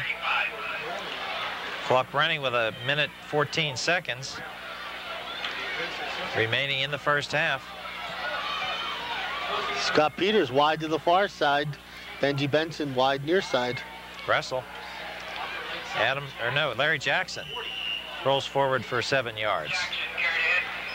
Nice first down gain, but that clock is running. Quick set here. Couple of plays called in the huddle. Steve Russell looking for that second down play. 45 seconds, clock running. Russell down the right sideline. Complete and out of bounds. Benji Benson. Nice catch, picks up the first down, then goes out of bounds. Stops the clock, gives the Indians an opportunity to reload and come back out with 2 more plays probably. No, they're going to say he's in bounds. They say he's in bounds. I thought he went out of bounds. Clock is moving now, under 30 seconds. Indians will have to hurry. Steve Russell. They'll have to go for big chunks. Russell back being chased. Looking down the sideline. Lets the ball go. Out of bounds. Coach B tried to make that catch. Coach Birmingham says, I'll catch that ball. Off the hands of Slats Birmingham. Mr. B. 15 seconds remain. Second down and 10. Had a chance to talk to Mr. B.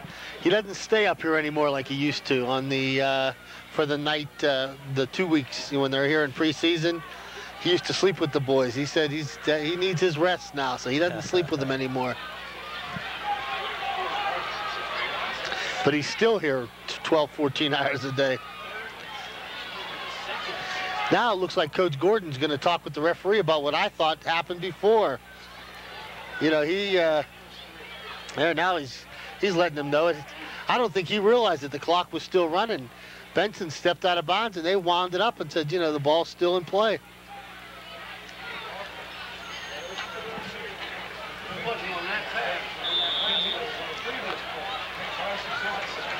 Russell at the line, 15 seconds remain. Straight drop, being chased again. Looking. Pass completed to Martin. Martin's knocked out of bounds at the 32. We still have 6 seconds on the clock.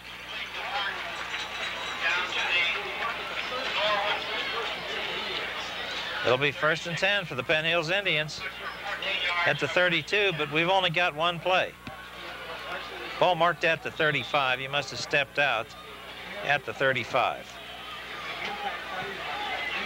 Benji Benson in with the play. Look for this one to be all the marbles in the end zone. And the defensive backfield for Norwin has just about gone into the end zone. If they could break somebody open across the middle, they could probably make it in. Russell looking, and he's pulled down. There's the end of the first half. At the end of the first half, on the unsuccessful drive by Penn Hills trying to regain the lead. And look at Gordon. He's giving this official wherefore right now. He is livid. Coach Gordon just refuses to. I mean, he did not realize. I think he's going to go talk to this referee out here now. I don't think he's a happy camper right now. He's going to go out here and have a chat with this guy. If we can get Dave to try to locate. There he is. He's not real happy about this. I told you, Dan, he stepped out of bounds. Benson stepped out of bounds, and I could not believe the play was still going. He was never tackled, I'll tell you that. Right. So he either stepped out of bounds or the play was still going, one or the other. Well, there's the end of the first half, and Norwin, the visitor, holds the lead 7-3. I'm Dan McBride with Frank Grieco and Dave Anderson bringing you tonight's action. Okay, and we'll be right back with Kevin Primus in a minute.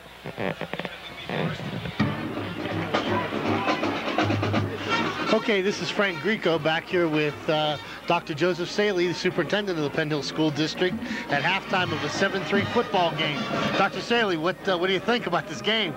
Fantastic game. You know, the kids are the most unknown quantity you can possibly come up with, so no matter who's ahead now, and it's going to be a different game by the end. I hope so. I hope we're on the winning side of that. Yeah. Let's talk a little bit about Dr. Saley. You've been with the school district how long? Been here 3.5 years. Okay, prior to that? Prior to that, I was with Beth Center School District for 5 years as a superintendent and about 7 or 8 years as director of elementary education. Okay. Prior to that, principal at Gateway and North Allegheny School District. Oh, so you have some ties in the greater Pittsburgh area. Yeah. Okay, let's talk about Penn Hills. Before we go much further, tonight we had the Just Say No to Drugs Club. Can you tell us a little bit about that from a district standpoint? Yeah. We have probably the largest Just Say No club in the state of Pennsylvania. We have over 2,000 students that are involved in the club. And what we try to do is teach the students methods and ways to say no to drugs. You know, we can just say no, but there's got to be techniques, strategies that they use in terms of how they deal with their peers. Okay, what kind of things do they do in this club? Well, we have parent volunteers that actually offer the kids activities and strategies so that they don't actually get into a situation where they have to say no. If you stay out of the situation, if you stay out of the streets and stay out of the kind of atmosphere that yields drugs, it's easier to say no. As a district-wide, in a district situation, do we have any type of program implemented other than this club that, to recognize the fact that there are drugs out there? Do we have some type of a program in the district to address this problem? Yeah, we have in our district, and again, this is some leadership that our district has shown. We have 3 core teams, one at the high school, one at the junior high school level, and one at the elementary level. And there's the specific goals of those coordinators are really to deal with students that are into the drug scene. And we've been very successful in terms of the number of referrals we've had and the treatment that we have. The elementary grades, we also have another program that's conducted by Officer Mack in the 6th grade. The Just Say No clubs don't go through the 6th grade, just through the 5th grade. So the 6th grade is another club that Officer Mack conducts that's a little more of a mature type of nature. Mm-hmm. Let's talk a little bit about our school district. Sure. Now, do we have when I was back here many years ago, the kindergarten was separate at Lincoln Park. Is that still the situation, or have they gone back into the elementary schools? All the kindergartens are with the elementary schools. Okay, why don't you identify some of our elementary programs? Yeah, we have 6 elementary schools, and the elementary schools consist of K to 6, and then we have a 7 through 9 program at the junior high school and a 10 through 12 program at the high school. In about 2 years, in 91, 92, we'll go to a K to 5 situation, and the 6th grade then will go to Linton School. So we'll change an organization then. And we're doing that because of the declining enrollment. Our enrollment now is about 6,500, and we're going to try to, we're going to taper off somewhere around 63 to 6,400 in the next 2-3 years.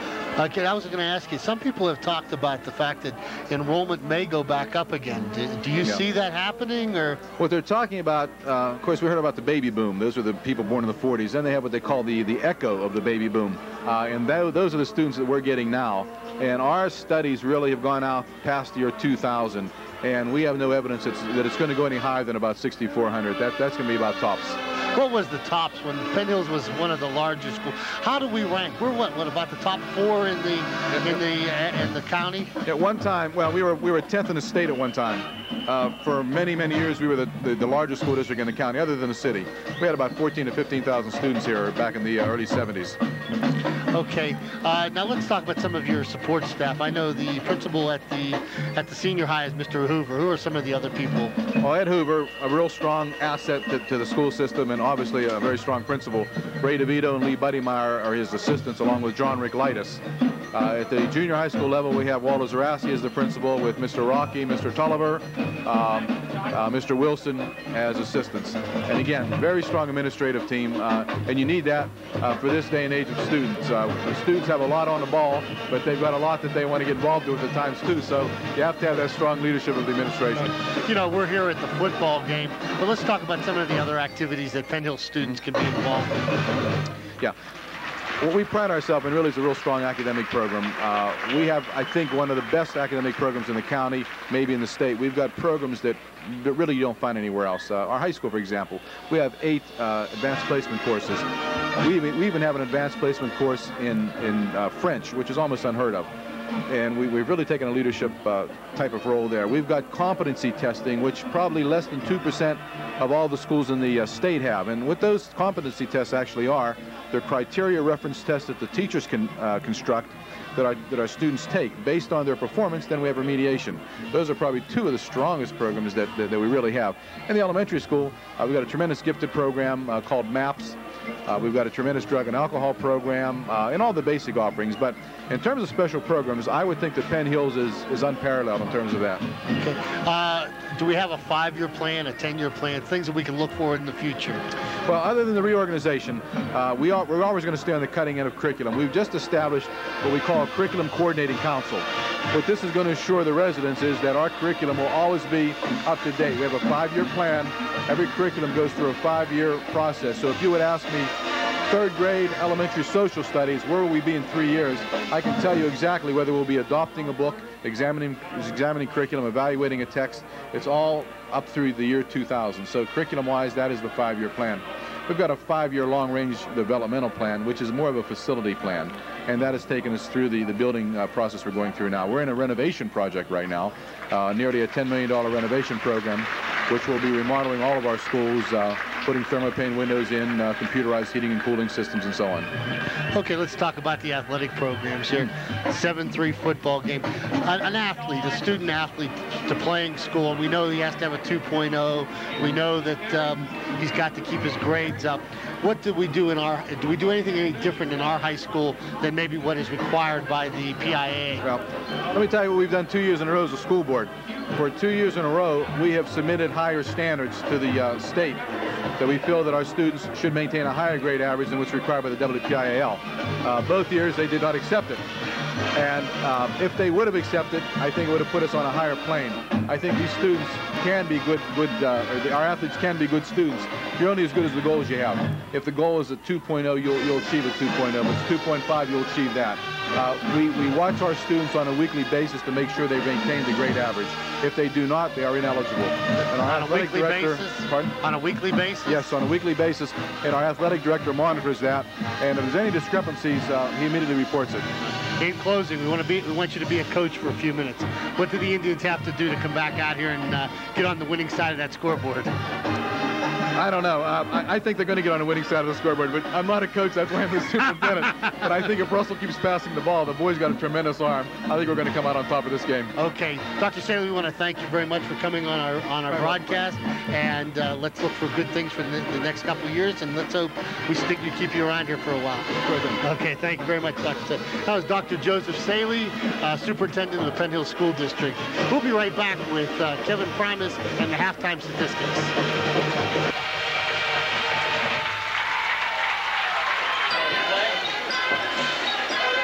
Okay, we're back here with Kevin Primus, statistician expertise. Kevin, what do we got? Norwin is on the scoreboard. They're winning 7-3. The touchdown was a 14-yard pass from Chris Pulasic to Bill Sinclair. Chris Pulasic is 4 for 5, and he has 51 yards passing. Mike Cole has run the ball 12 times for 81 yards. Mark Yuckas has run the ball 5 times for 46 yards. Leading receiver is Bill Sinclair.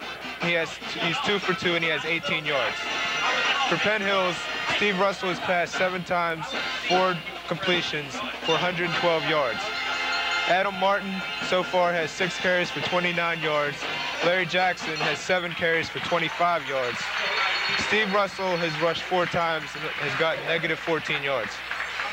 Scott Peters has received a 55-yard reception from Steve Russell on their long drive. Okay, Kevin, is that the longest pass we've had so far? Yes, I believe it is. Okay. What about first downs? How do we stand first down-wise? Penn Hills has 5 first downs, and Norwin has 5 first downs. Okay.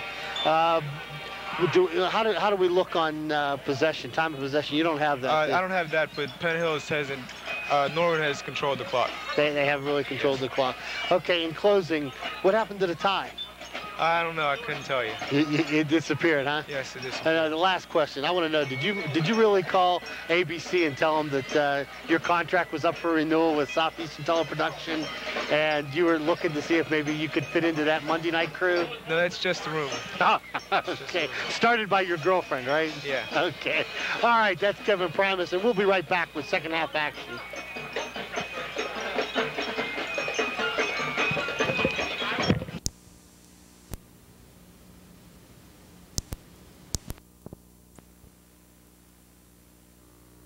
Okay, we're back here with second half action. Dan, what do you think? Well, I think the Indians are going to have to turn it around in this game for the season. I think this is a pivotal game to set the scene for the playoff drive. Well, that's exactly right, Dan. I have to agree with you 100%. If we're going to be a playoff team, if we're going to come out strong as everybody expects us to be, we've got to come out and play the next 24 minutes. It's got to be Big Red football. There's no way that a team like Norwin should even be in the game with us. They self-destructed. We've had some big plays. We just haven't been able to cash in on the plays when we had to. When we needed a big play, we didn't get it. So we're going to come on strong here. I think Coach Gordon has gone in. They regrouped. We'll come out strong in the second half. And as we talked earlier, the way things have gone this season, it seems like every team has really gotten it together for the Penn Hills game. Well, they're gunning for the big team. Everybody knows. I'm sure that we got pumped up for the Woodland Hills game because that was the game that we needed to get pumped up for. And I'm sure, Norwin came in here just as McKeesport came in last week and said, we can beat these guys. And I'm sure right now Coach Rivesti took his troops in at halftime and said, we're in this game. We're winning right now. All we've got to do is not play any mistakes. We can't have any mistakes. They've got to beat us. David Baines and Steve Russell, number 66 and number 9, co-captains for Penn Hills, going out to the center of the field.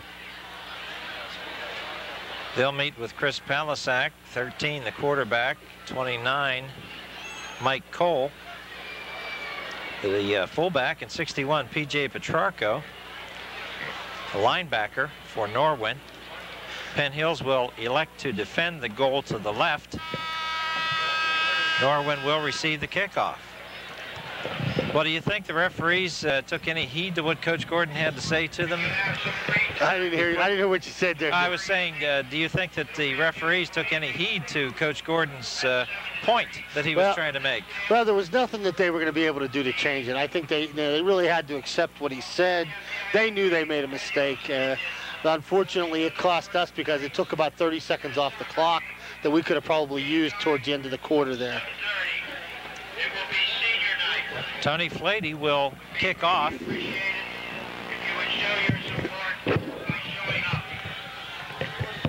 Mike Cole, the middleman to receive.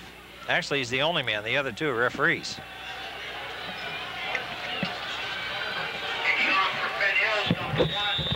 Cole standing at the 8-yard line.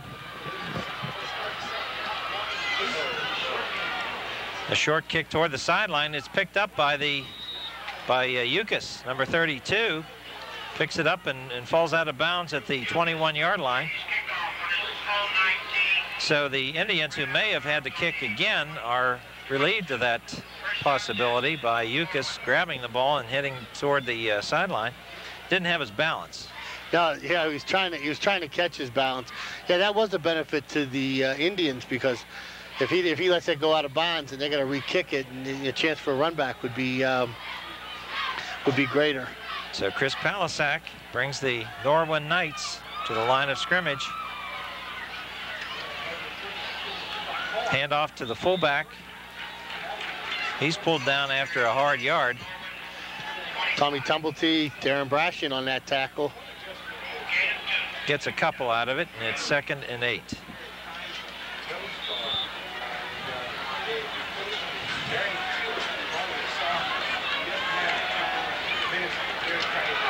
Scott McHugh, number 2, coming wide left. Carver, wide right, number 1. Palisak, straight drop back, looking for the quick pass across the middle. Yes.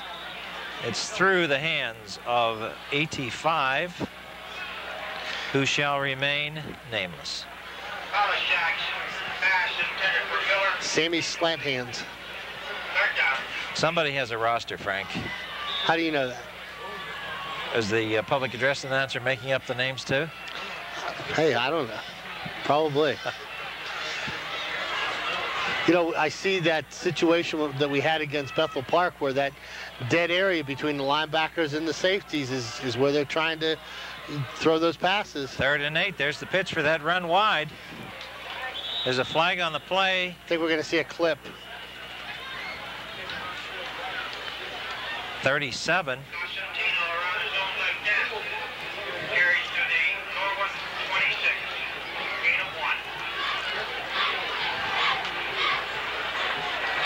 Cosentino is the name given by the public address announcer. Yeah, follow his lead. I know that. I know you like to get him before he does, but he has an advantage over us. Either he's making up good names or he's got a list. 4th and 7. Back to punt is Peter Punter. Peter Punter. Almost blocked. Nice punt, though. Fair catch called by Russell, who is back with Adam Martin at the 43-yard line of Penn Hills, so it'll be good field position to start the drive for the Indians.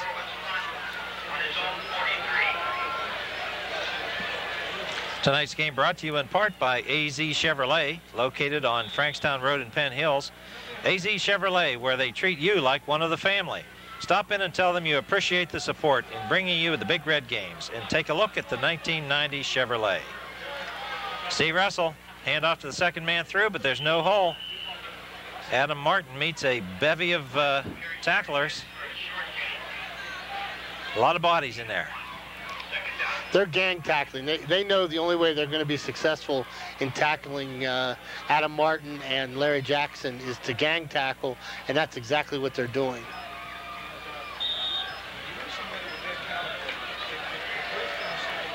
Second and 9. Russell brings the Indians to the line. Rolling left, looking down the middle. Pass across the middle. Intended for Martin. There's a flag on the play. Might be pass interference on number 22.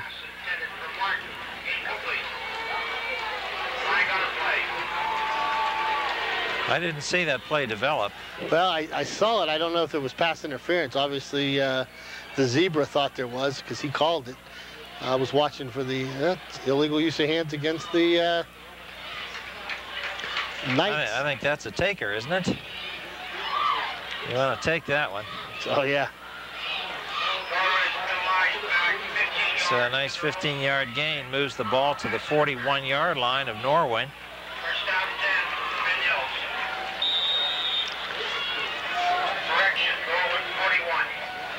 Again, the Knights making a mistake that could benefit the Indians and keeping a drive alive. Russell rolling right. Keeper across the 40, 30. Inside the 30-yard line, Steve Russell takes the ball to the 29. That'll be a gain of 11 yards and a first down. Quarterback tackling quarterback on that one.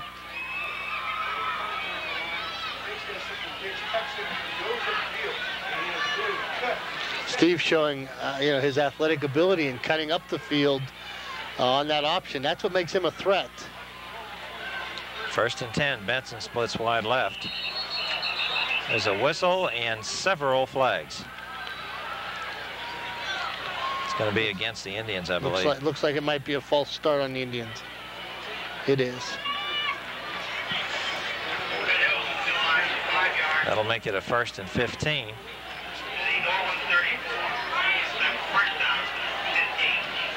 The Indians need a big play. They need something to spark them, get some life back into them. They're right now they're starting to feel the effects of being down 7-3, knowing that they had a tough game against McKeesport last week. Plenty of time, less than 2 minutes into the third quarter. Russell, drop back rolling right. Pass may have been thrown away because he was pressured mightily by... Looked like Adam slipped there and trying to come back. It looked like it may have been where Adam was to come back. Somewhat of a timing pattern, something of a, of a location pass. Aaron Brentzel, number 64, was chasing him.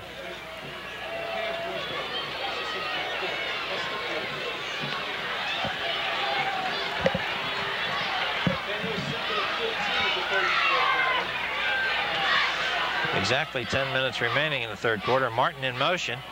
Given to Jackson, cuts across the middle.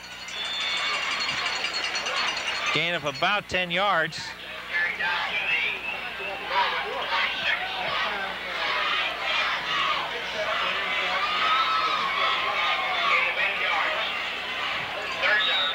Third down and about 8 yards remain. Penn Hills will try to pick out the long gainer here. Big play here, big play. We need a big one. Let's go back to Peters. Scott's he's on the hot right now.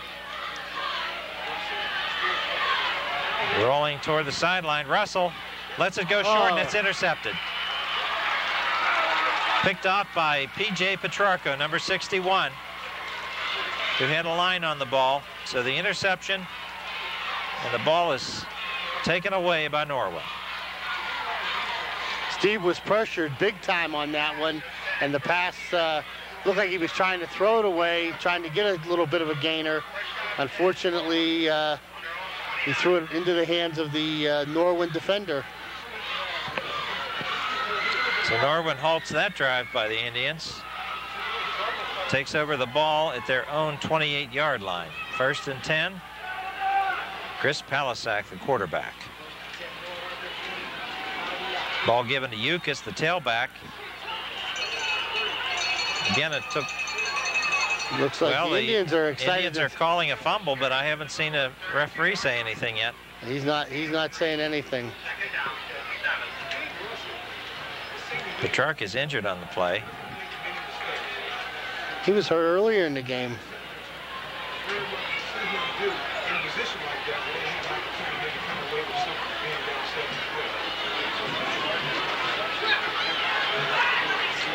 Timeout.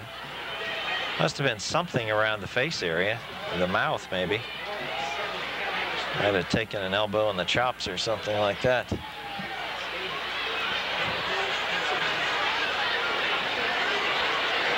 Oh, Dave Anderson thinks maybe it's a contact lens, because that's the same thing they were doing last time. Remember, with his eyes or on his head, they were working on the head the last time. So it might be a contact action. Dave knows a little bit about those contact lenses. Is that what it is, Dave? We'll send Dave down there and he'll find it for us later on. Coach Rivesti out there. Well, Petrarca is leaving the field. Coach Rivesti is one of the few head coaches that I know that comes out when there's an injury. He comes out to check on his players after a period of time.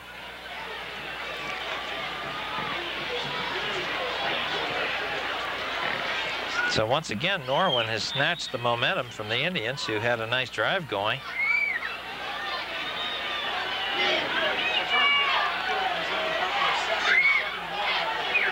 We've got a 2nd and 7 here. Chris Palasak barking the signals. Hand off to the first man through, Cole, who is stopped at the line of scrimmage. Do they call audibles in high school, Frank?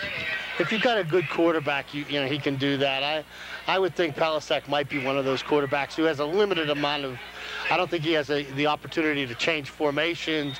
He may change a play from the left to the right, possibly a different running route, but I don't think he has a chance. I don't think he has the flexibility to change from a run to a pass play or anything like that.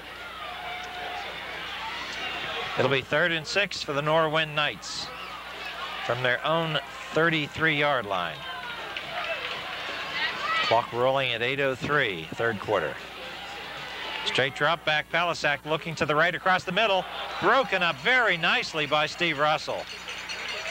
Perfect timing to knock the ball out of the hands of Sean Carver. So we'll see a punt here.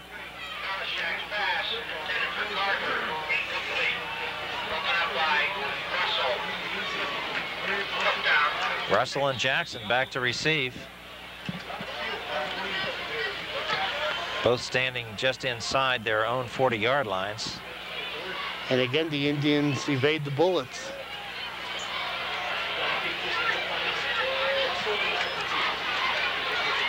Punter gets the ball off. There's a flag. High kick. Martin calls for the fair catch, and the ball hits the ground, and Norwin recovers. Well, we've got a flag back here. Probably illegal motion against the Knights, so the ball's going to come back. The Indians are going to get a break here. Why is Norwin jumping up and down and celebrating? They don't realize they got to take the ball back here. I see. I see, says the blind man, to the deaf guy. They say that when you're down on the field, you're closer to the action and you know what's going on. Not always the case. We get a big break there. Again, the Knights self-destruct. Little illegal motion back here causes them not to have the ball on about the 40-yard line. Tonight's game brought to you in part by Cavalier Coach, located at 11,000 Route 30, Irwin, PA, 15642. Number 1 in van conversion. Cavalier Coach has over 60 new and used vans. 4th and 11, the second punt now for Norwin. High snap, gets it off. Another wobbly kick. And the ball takes a Penn Hills hop. Now you see what that illegal motion penalty cost them. It cost them the ball and about 12 yards. They would have the ball on about the 40-yard line, but because of an illegal motion, the Indians will have the ball on about the 50 or 46. Indians will start their drive inside the 50-yard line in Norwin territory. I'm thinking Canadian football on the 51-yard line.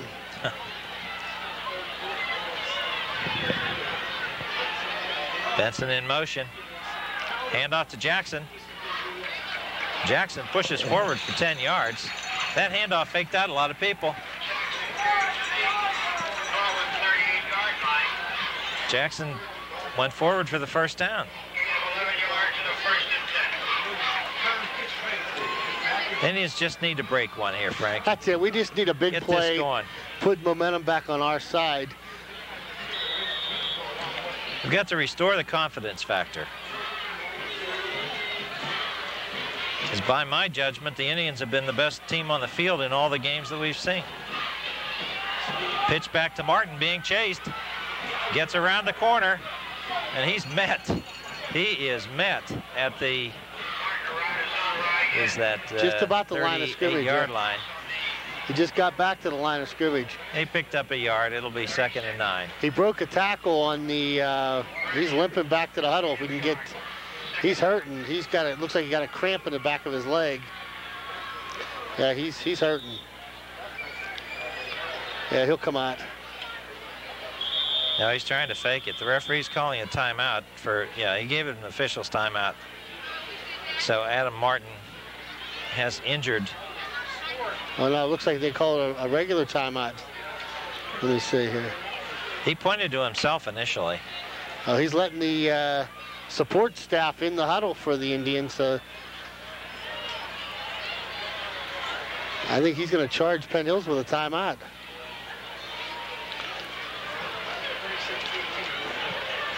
We'll find out here in a second. He's let both teams bring their support personnel out onto the field. Now they attend to the player. They're going to help him off the field.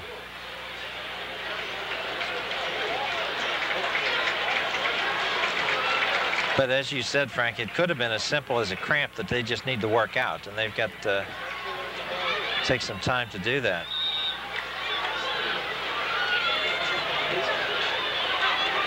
Indians move forward to the line. Who replaced him in there, Frank? Mike Peeler. Pass across the middle. Tumulty holds on to the ball. What a catch by Tom Tumulty.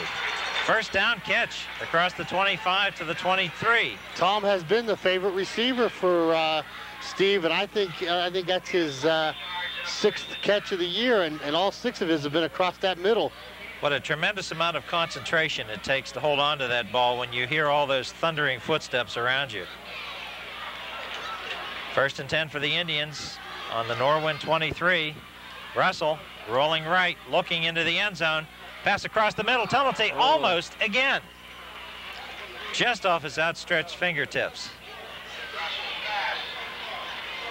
He must have found something open there in the middle zone. Well, that's been there. I think they're just now starting to open it up a little bit. from the 22-yard line. It'll be 2nd and 10. Once again, the Indians knocking at the door of that Norwin Knights armor-clad defense. Jones in motion. Pitch back, reverse. Reverse to Quentin Jones. Quentin stutter steps, and he'll pick up. Well, he might just get back to the line of scrimmage. Yeah, I was trying a lot to of lateral movement. A lot of east and west running there. Need to get him going north and south. You got to give credit to the Norwin defense for spreading it out. They strung it out. That's exactly right. That's exactly what happened. They stayed home. They weren't fooled by the setup, and you got to give a lot of credit to the Knights defense on that play. Clock rolling at 4:50, third quarter. Quentin has all the ability to get out there. Benji Benson, wide receiver on the right side. Russell rolling to the right, looking downfield. Short pass to Jackson. Jackson still on his feet. Down the sideline, the right side. One block will do it. The 5, the 4, the 3 into the end zone. Touchdown for Penn Hills. Larry Jackson broke a tackle, caught the ball, was not going to be denied. And I'll tell you what, that's more than just 6 points for the Indians, because now that tells the Indians they can do it. That tells them they're back in it. A big play like that helps us.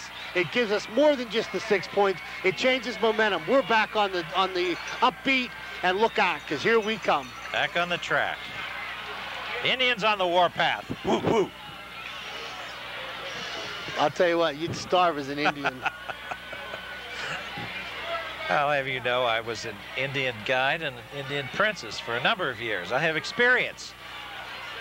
Flaty in for the kick. Tim Grieco to hold.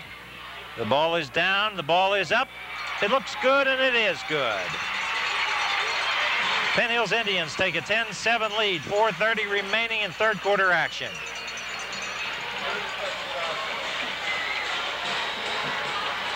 Cheerleaders celebrating along with the fans in the stands. They like what they saw. That's a big play for us. I think we've got roughing the kicker here. Or maybe not. Well, yeah, I think we have roughing the kicker. I was a little concerned. Steve ran on the field and then ran off the field. And sometimes you can nail you for, illegal participation on that. But I think that was going to be roughing the kicker. And it's declined. The point is good. Academic, I might say. I find that interesting. I thought maybe that would have been a situation where they would have, they would have gone and said, assess that on the kickoff.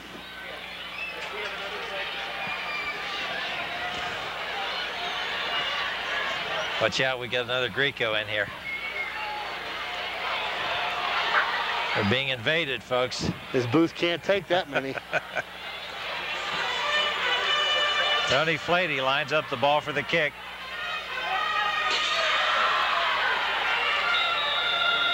Mike Cole, the deep receiver. Down the middle, Cole will take it at the 12. Heading up the middle, looking for a hole. He'll be brought down at the 31-yard line.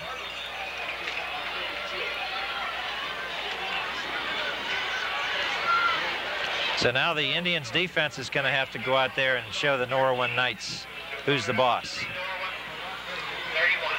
first down 10, Norwin.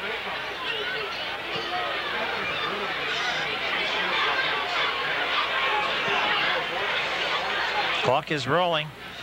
4:10 remaining in the third quarter.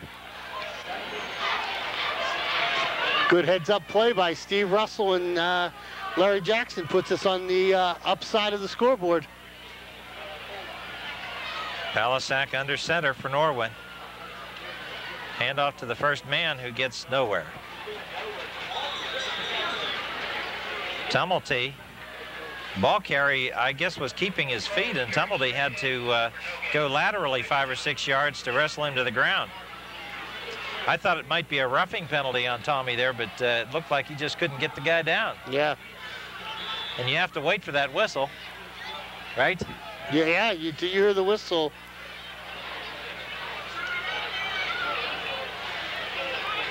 Scott McCune split wide left. It's Carver on the right side. Palisak rolling left, looks toward the middle, but he's brought down. Ball's loose. Norwin retains. Norwin's going to have to take some more chances now, Frank. And Palisak is down. He's hurt. He had the presence of mind to call for assistance.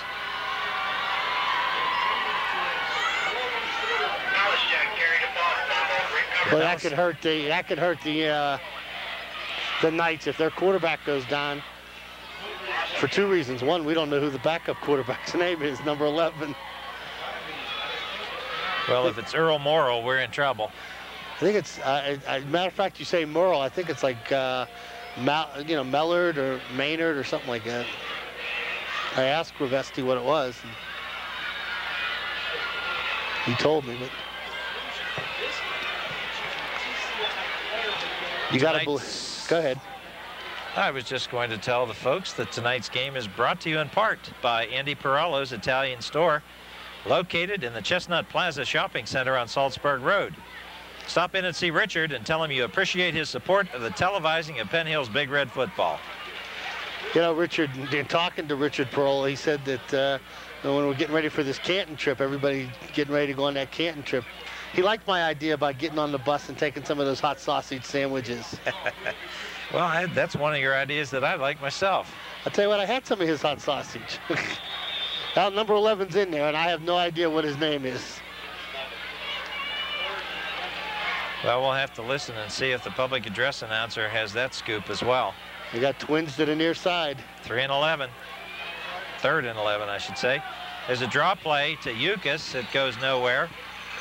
So we may have seen the tide turn here, Frank. If Palisak is not able to come back, it really crimps the style of the Norwin Knights.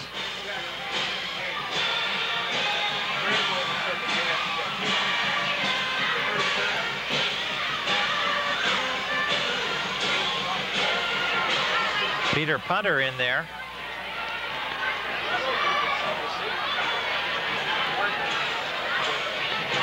Single receiver back. It's Russell. Calls for a fair catch at the last minute. Drops to the ground at his own 38-yard line.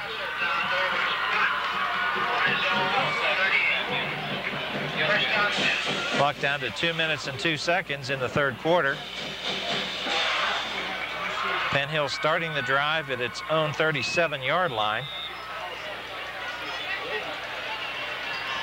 Now you need a nice long sustained ball, nice long sustained drive right here. Take the ball into the fourth quarter. Ultimately end up with 6 on the board. Russell to Martin, who's worked out his problem with his extremity. Yeah, he was replaced on defense in the during that that last defensive series. He was able to rest it, on that corner position. So he's got a little bit of time to stretch that out and get it back on. He's more valuable to that team as a running back right now. Mike Cole playing center field for Norwin, about 30 yards behind the line of scrimmage. Ball is given to Martin. Martin rolls forward for the first down to the 49-yard line. Somebody taking exception to the rough treatment. 7 yards in a first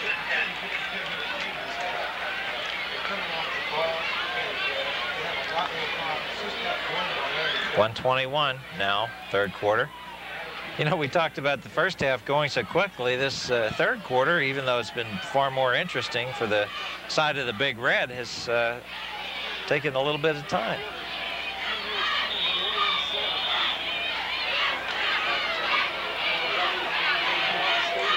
Russell brings the Big Red to the line of scrimmage. Jackson over left tackle. He's still pushing forward. Finally brought down after a gain of about 8 yards. Jackson played some inspired football tonight, Frank. I was just going to say, when he's when he scores that touchdown, he's good for a couple more series. You know, if there's one thing about Larry that that impresses me is he's an inspired player, and all you have to do is let Larry get one big play under his belt, and he'll do the job for you. Tim Gray is the injured Knight on the field. Looks like he's got a wrap on the right ankle, which might mean a nagging type injury. That's the left foot, I should say.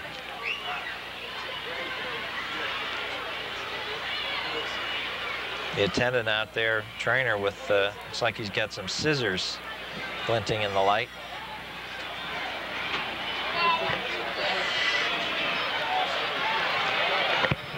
Yeah, we got to keep.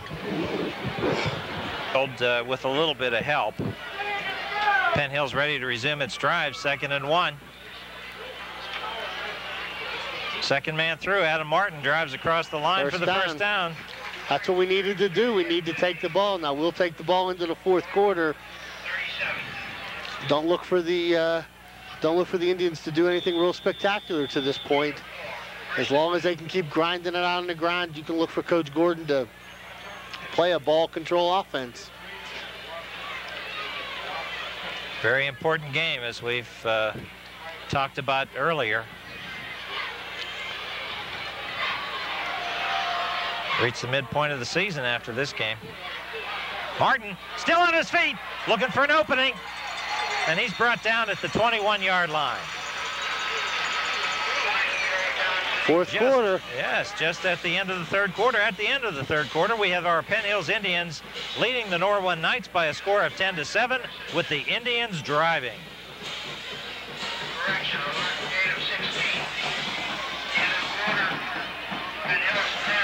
Indians to the line of scrimmage. Martin heading toward the right sideline. It beats one man, but he's picked up by the secondary after a gain of 5 yards.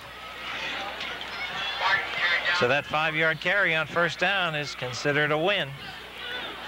That's right. Anytime you gain 5 yards, means you never have a 4th down situation. Now we've got a couple of players slow getting up. Martin again, but he's okay.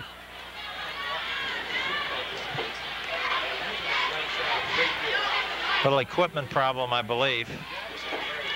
Tom Tumulty there to help him out a little bit. I think it might be Tom that they're working on.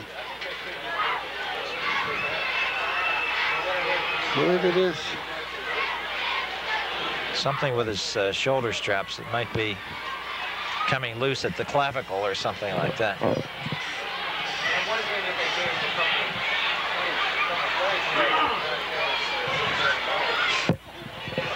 We should remind people that Wednesday at 5 o'clock we will have the Penn Hills Indians soccer team, their senior recognition night. You know anything about soccer, Dan? Oh, I know a little thing. The ball's round instead of pointed. Has little octagons all over it. 2nd and 5. Yeah, the fans are in for a treat, Frank. Tommy Tumulty's lined up in the backfield. Martin drives across the 10 to the 9. That'll be another first down. Tommy Tumulty lined up as a defensive back. Is that the old refrigerator Perry move? Don't mean to compare Tommy with refrigerator.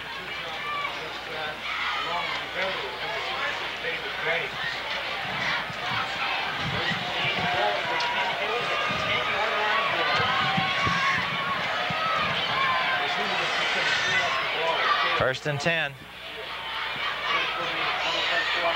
Martin with the ball across the goal line and into the end zone. A 10-yard gain for Adam Martin into pay dirt territory. Yes, sir. We got it. That's the fullback drive up the middle. High diddle diddle. High diddle diddle. That's it. We got a score on the board. Told you, Adam did not want to be outdone by Larry. So he said, Larry, you can do it. I can do it. Well, Coach Gordon wanted to highlight those twin halfbacks. And they're both doing the job, that's for sure. This is a big point right here because now we're getting the points up on the board. Tony Flady out of the hold of Tim Greco. Ball is down, the ball is up. It looks good, and it is good. Penn Hills Indians open up a lead of 17-7 with 10:52 remaining in the ball game. Another injured player on the field, this time for Norwin.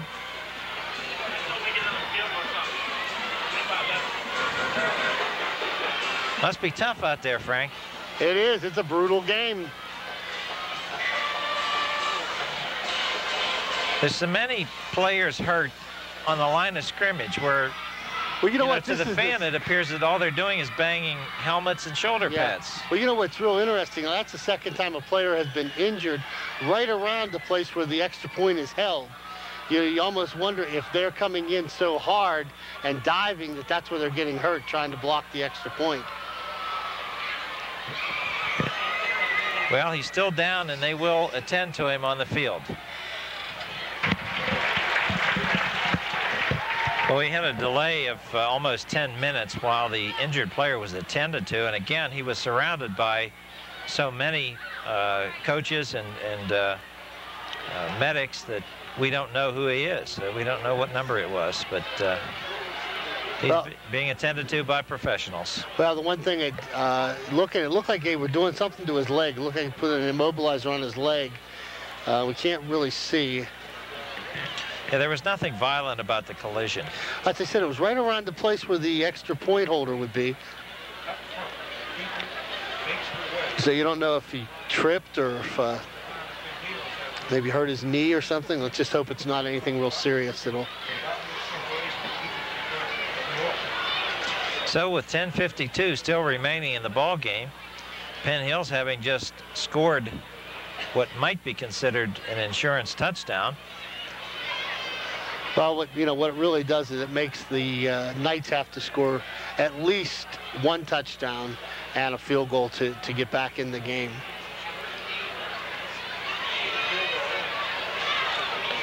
Well, of course, a long delay like this, too, can affect intensity both teams, right, on the field. Well, you wonder how it affects both teams because, the Norwin players are sitting there knowing that one of their players was injured, and then the Penn Hills team thinking, we've got momentum going our way, and all of a sudden now we've had to pause and we get a little bit tight. You often wish you could see the officials give the players a chance to loosen up a little bit after a long delay like that. But we're going to kick it off and go. Tony Flady meets the ball. That's a long good kick kick down the middle. Cole picks it off at the 7. Looking for a line of blockers, but he's pulled down at the 35-yard line. A nice return, however, for Mike Cole, who's impressed me as quite a fullback. He did a nice job there. As good as any fullback we've seen this year on the opposite side of the line. It'll be 1st and 10 for Norwin from its own 35-yard line.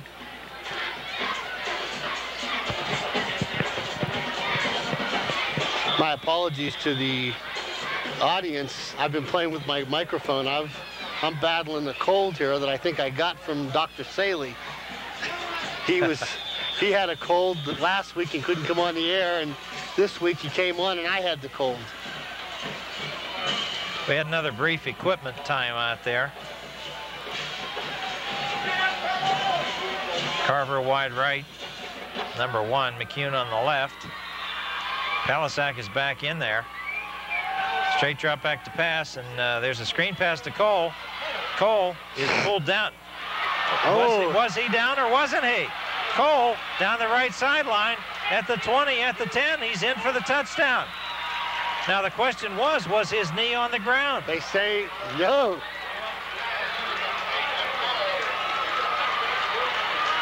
Was he down or wasn't he? Well, we don't see too much consternation on the Penn Hill sideline. Well, there's consternation for sure, but I don't believe the decision is going to be questioned. So there you have your 10-minute break, and what happens? Immediately they score. So Norwin coming back into the ball game now, 17-13.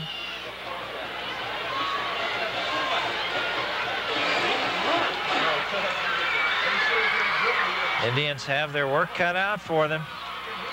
Here's the kick. Kick is good. I believe I saw a flag cut through the air. Flag on the play.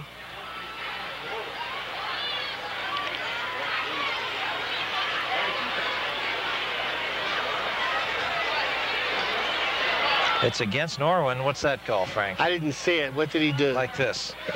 May have been illegal equipment. Well, let's see if I can find it here on the scorebook. I think it's not enough men on the field, I think, maybe. On the front line. Let me see. What happened here, I don't see.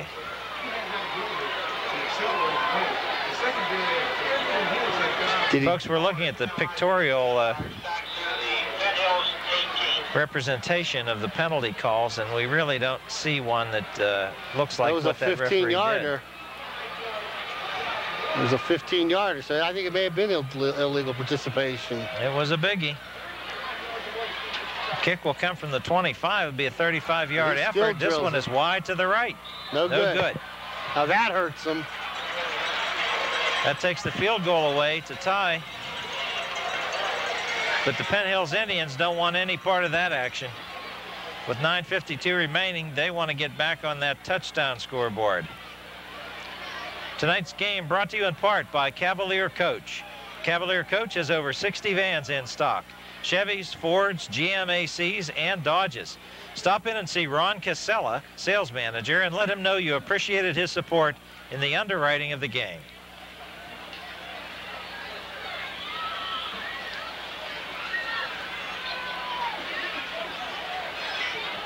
.9:52 on the clock. Indians will have to see if they can conjure up something like that. It'll be interesting to look at that replay on the tape, because we had an open view of Cole, and I think we'll be able to see if that knee was on the ground, because he certainly was surrounded.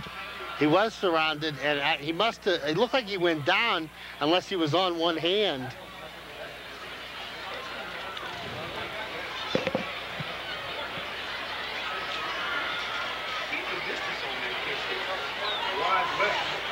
Well, that extra point missed is a crucial error for Norwin, because now they've got to score twice. I mean, they got to score another touchdown. There's a squib kick. Nice play by Jackson to get a hold of it straight up the middle. He's looking. Oh, one hand. Wait till I get that number. Who was that masked man? Andy Arm. I don't know. Number 56. Grabbed that ankle with one hand. That's all it took. We don't have his number. Nice run by Larry Jackson and a nice play by Andy Arm. We should remind the people that is not really his name. We have resorted to nicknames for the Norwin Knights. Russell still has the ball. A lot of open territory on the left side, heading to the sideline. One man to beat, number 43. He's flying down the sideline at the 10, and he's tripped up. What a fake. Steve Russell put the ball on his hip, and I mean, there was nobody out here looking for him. Well, that's the old naked bootleg that Frank Broyles calls a naked bootleg. I'm going to tell you something. He just took off. Steve Russell, an explosive runner. Steve was so wide open, he couldn't believe it. The only thing that there was that stopped him from having a touchdown is he had taken it so deep in the backfield that it allowed Norwin to have an angle on running him back down. Jackson slashes forward for 4. Inside the 10 to the 8. Steve was wide open down the sideline.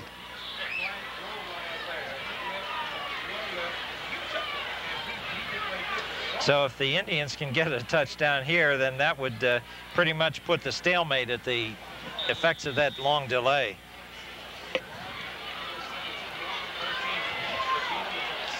.8:20 on the rolling clock in the ball game. Martin slashes forward for 2 yards.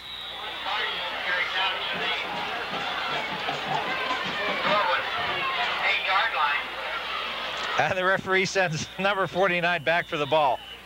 Did you see that? No, did he? Number 49 picked up the ball, I guess, after the whistle had blown, and brought the ball upfield, and when he was called back to the huddle, he just dropped it on the ground. Well, the referee said, "You go get it." We've got an injured Indian down, and it looks like that might be Tommy Tumulty. I'm looking at it. I think it is 84. Tremendous number of injuries this year for both sides.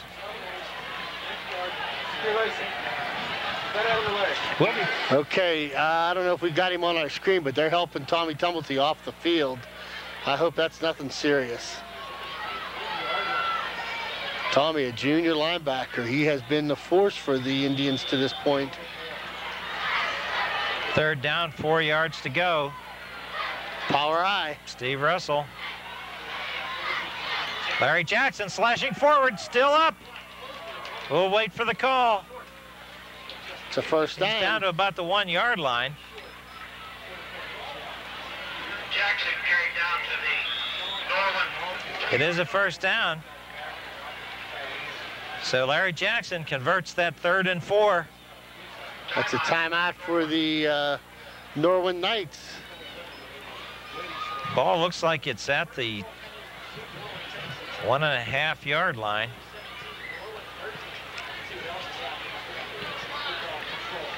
Penn Hills Indians looking to get that payback score after that long run by Mike Cole of Norwin. 1st and goal on the 2-yard line. Steve Russell brings his Indians up in the quarterback keeper. Russell slides into the end zone. And now we got a flag. Now that's a late flag. I hope it's late. I hope it's late. He's looking at a Norwin player, so that's good. Looks like he's going to chastise a Norwin player. Let's see. Dead ball, personal foul. Yes. Okay. Well, give us 12 points. It's after the play, so so the touchdown should count. It will count. They'll mark it off on the kickoff, I believe. Right.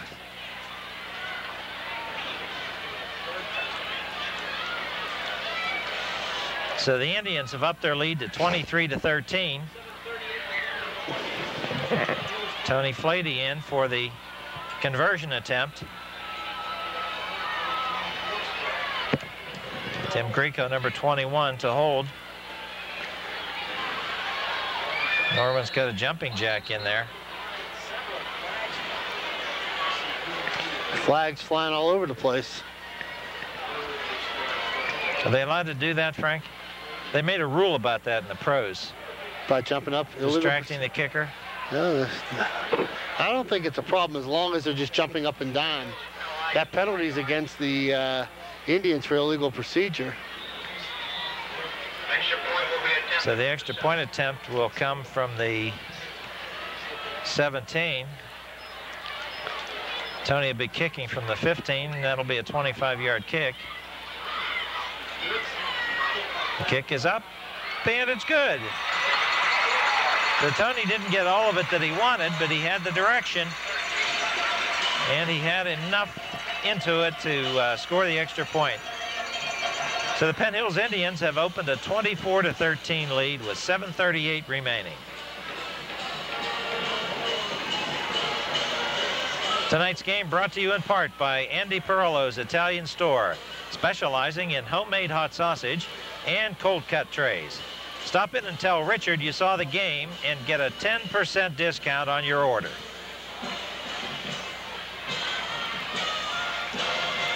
We travel to Canton next week, Dan. You got your visa or your passport to go to Ohio? Do you have your visa? Traveling with you, you're going to need your visa and your master charge. Give me a break. Is your wife going to let you out of the state or what? She'll be there. Oh, she's not letting you out without her, right? Don't leave home without her. That's her motto. Tony Flady, kickoff down the middle. It's off the hands of the receiver, but right into the hands of Carver. And Carver returns the ball to the 22-yard line. A fortuitous bounce off a muffed reception for Norwin. Carver picked up the fumble kickoff and carried it out to the Norwin 24. So Norwin has its work cut out for it now. Both teams should be back into the flow of the game now, so you should see things settle down a little bit. Let's hope so. Clock's on our favor now. The 12th man. Last week it was Hugo, now it's the clock. 49, nice pass. Complete from Chris Palasak to Sinclair, number 49. He's the guy that caught the touchdown pass. Now you may see that Norwin aerial attack. That's what I'm thinking. And they're going to pick on that area right in between the linebackers and the safeties. And with Tommy Tumulty out of there, we've got Dasta and Capolongo in there. 1st and 10. Chris Palasak under center. Straight drop back. Flare pass. And he's down. Whether he caught it or not, he's down. I hope he did catch it. It's a 3-yard loss if he caught it. That was Cosentino, number 37, and that's what it was, a 3-yard loss. That's one of the few times the coach doesn't want you to catch the ball. Second down, 14. Coach Gordon putting his speed in there on defense. Larry Jackson's in there. Adam Martin's in there. Steve Russell's in there. Quentin Jones, Rich Brooks. 6 minutes in the ball game. Straight back is Palasak over the middle. Complete to Carver. Carver fumbles and Penn Hills recovers if there was no whistle. Let's see, what are they saying? I saw the referee signal Penn Hills ball. Oh, no. Bad call. And the ref that signaled Penn Hills ball is countermanded by the boss. The boss. Guy in a white hat.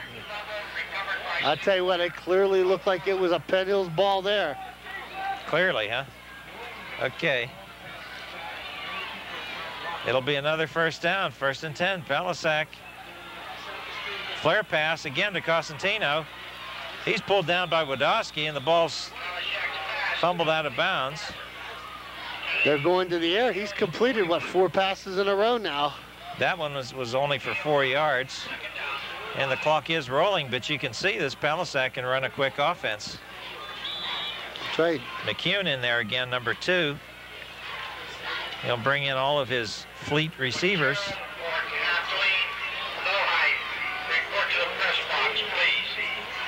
Palasak calls the signals, eyes the Penn Hills defense. Drop play. Hukas rolls forward for the 1st down.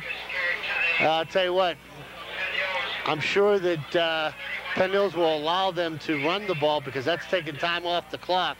The clock is definitely in the favor of the Indians right now. As we said before, with that missed extra point on that last touchdown, the Knights are going to have to score and then go for a 2-point conversion, or they're going to have to score 3 times. Palasak, quick drop, gets it across the middle, complete to Sinclair. He's pulled down at the 19-yard line, and the clock is still moving. Oh, it's stopped now to move the chains. 13 yards, 1st and 10. Norwin. Gamely trying to get back into this game. There's a whistle. Penn Hills called a timeout.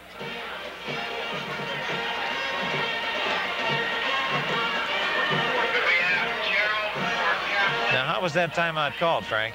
Must have been called out before the ball was snapped.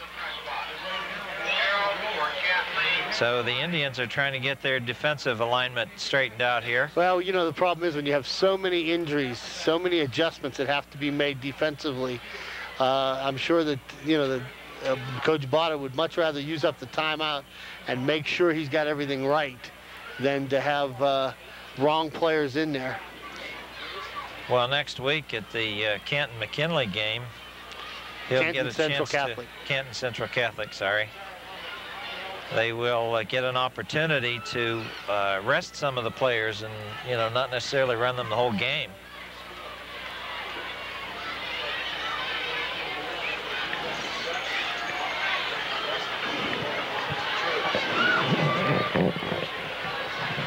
Play will resume with the ball on the Penn Hills 18-yard line. 1st and 10, Norwin driving. Moving after it opened up its aerial attack with Chris Palasak. Yeah, you wonder why Norwin didn't open it up sooner. They've had great success passing the ball. Sticking to the game plan, I guess. There's Palasak. The ball is incomplete. It hit the ground and skipped into the arms of the receiver. I think that official was going to give it to him at first, and then he thought better of it. Pass is incomplete. That's number 84. We have not identified number 84. Gary Grasscatcher, I don't know. That's good. 2nd and 10. Palasak. Straight drop, quick fake over the middle. There's a pass toward the end zone. Oh, almost intercepted by Steve Russell. He extended his fingers as far as he could, but the pass was thrown away by Palasak. You know, you wonder if there was supposed to be a receiver running into that area, because he pump faked on that and then he threw it into that area. The receiver might have been blocked on the play.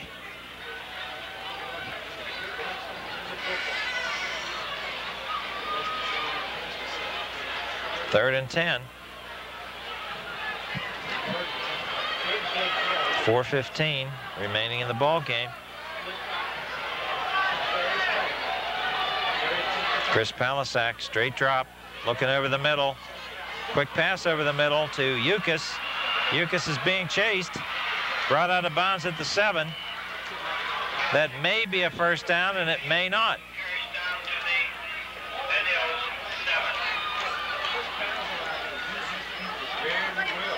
It is a first down. It's 1st and goal.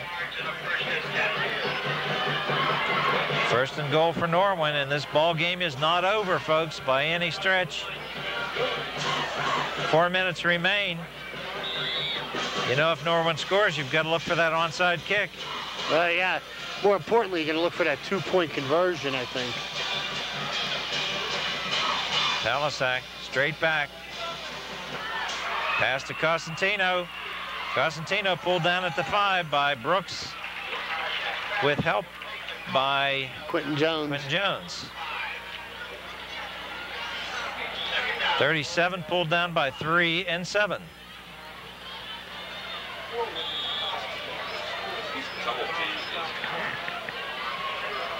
.341 on the rolling clock. Again, Frank, even though Norwin is driving here, the clock is against them. That's it. That's our best defense right now is the time. Palasak being chased, gets rid of the ball quickly over the middle, incomplete. Intended for Sinclair, standing at the goal line. He didn't get rid of that none too soon because the Penn Hills defender was zeroing in on him. Capolongo, 57. 3rd and 5 from the 5. Twin receivers coming in for Norwin. 24-13, Penn Hills Indians on top at this juncture. Palasak, straight drop again. Clear field, being chased across the end zone. A touchdown. Sinclair. You talk about threading the needle. He threw that right between Steve Russell and Dan Capolongo. We still got a ball game here. We got a ball game, that's for sure. You got to give Palasak credit because he was being chased. He was in deep trouble, and he got rid of that ball. Looked like number 20 was in on him. There's a field. Well, we'll wait for the call. Pass into the end zone. It's called incomplete.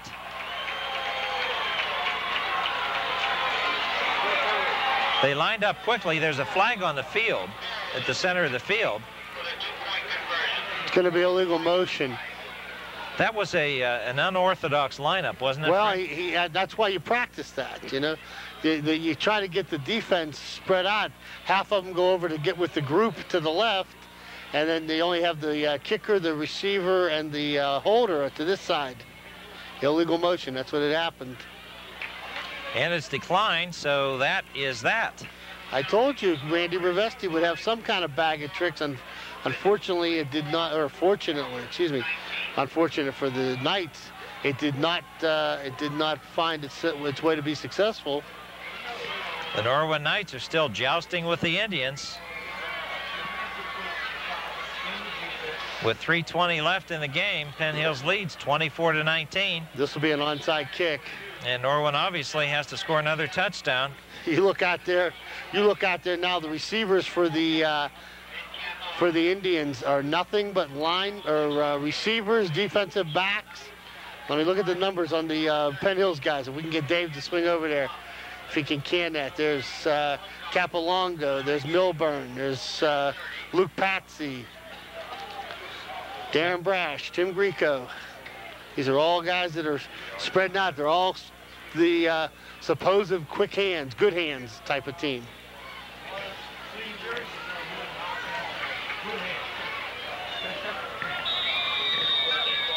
There's the whistle.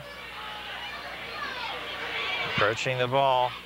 It is on the ground, and it's fielded by Patsy.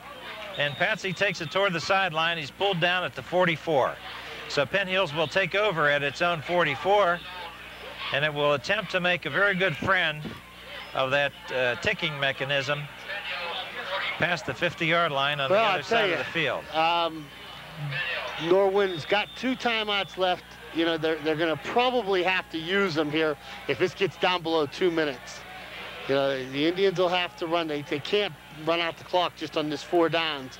But don't, you know, look for the Knights to call a timeout after this play. Russell gives to the first man. Jackson almost broke through, but he picked up 8 yards. No stoppage of the clock yet. No. It'll be second and about 3, a long 2. I'm sure Russell will take all the time he needs in the huddle. What do they get between plays? 25 seconds. 25 seconds. 2.5 minutes. The clock is rolling. 2nd and 2. Steve Russell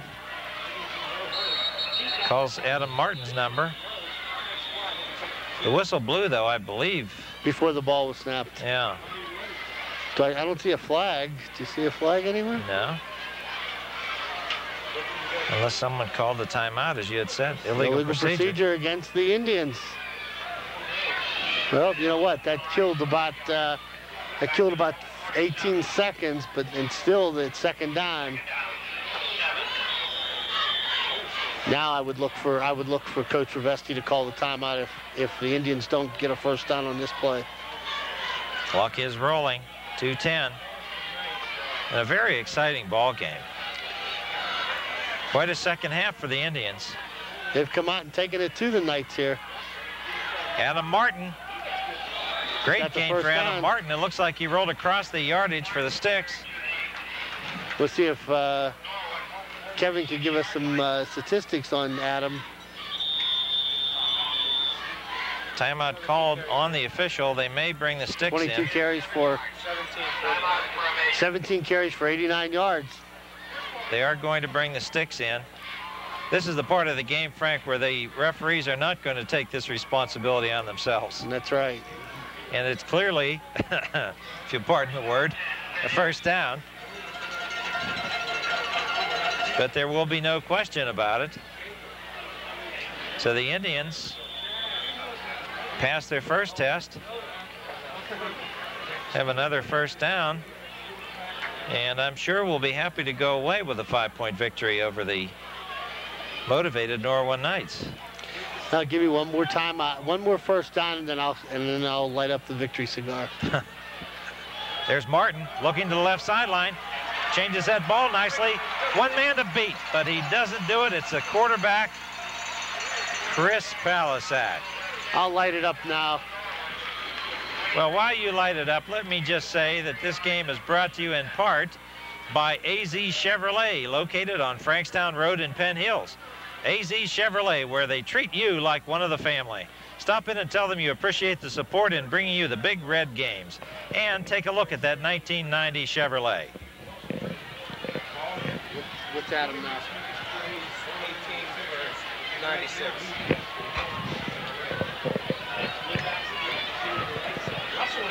Russell, quarterback keeper. Russell on a quarterback sneak, carries down to the Norwin 16. Clock rolling down at minute 7 seconds. We want to thank the administration of the Penn Hills High School Athletic Department and Superintendent Joseph Saley for being our halftime guest. Also, again, our thanks to Irv Boyd and Mike Birmingham. This game is produced and televised by Southeastern Teleproductions in cooperation with the Athletic Department of Penn Hills High School and the Football Boosters of Penn Hills. Southeastern Teleproduction holds the copyrights to this game, and any transmission, reproduction, and use of any portion of this tape is strictly prohibited without the express written consent of Southeastern Teleproduction. Communications to Southeastern Teleproductions can be and should be directed to Box 17478, Pittsburgh, Pennsylvania 15235. 37 seconds on the clock, and a timeout was called by Penn Hills. We're not quite sure why.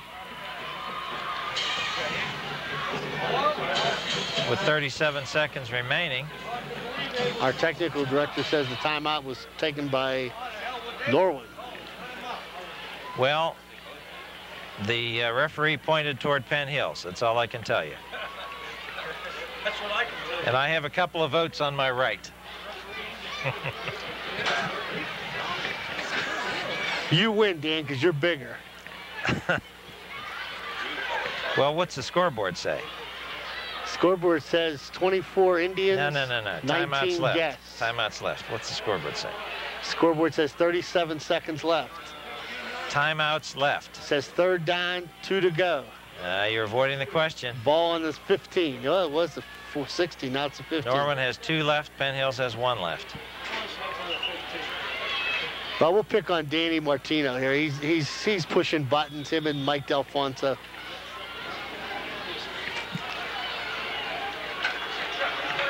Whatever, but this should be the last play. Ball on the 15, 3rd and 2.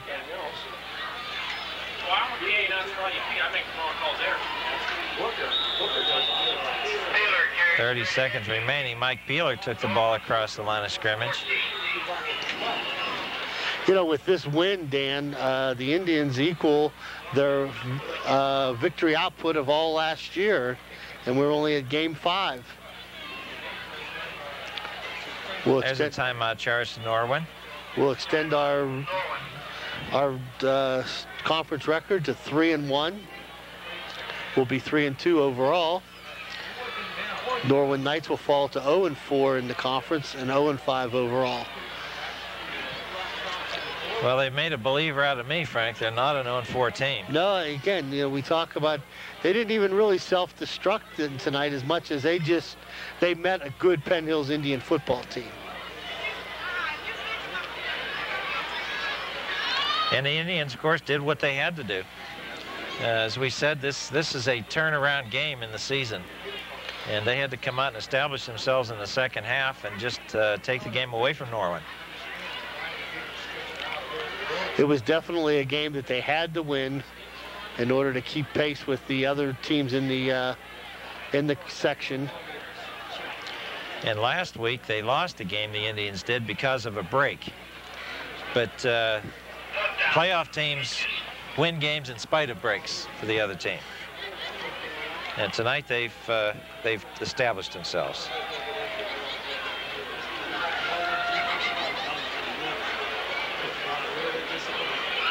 Once again, the score is Penn Hills 24, Norwin 19. 26 seconds on the clock. It's 4th and 1. Actually, it's less than 1. And obviously it's to the Indians' advantage to get this first down. Then they can run the clock out for sure. Russell takes it across right tackle, and he'll get the first down. Russell on a quarterback sneak carries down to the Norwin 12-yard line. Gain of 2 and a first and 10. So it is a first down. And that should be it. And this was a team effort tonight, team victory, Frank. Everybody contributed. Tonight, Penn Hill's next home game against Plum. Game time. Offensive and defensive line have to get a lot of credit. Secondary for holding Palisak in check. And there's the end of the ball game. The Penn Hills Indians have prevailed, defeating the Knights of Norwin by a score of 24-19. Ceremonial handshakes on the field.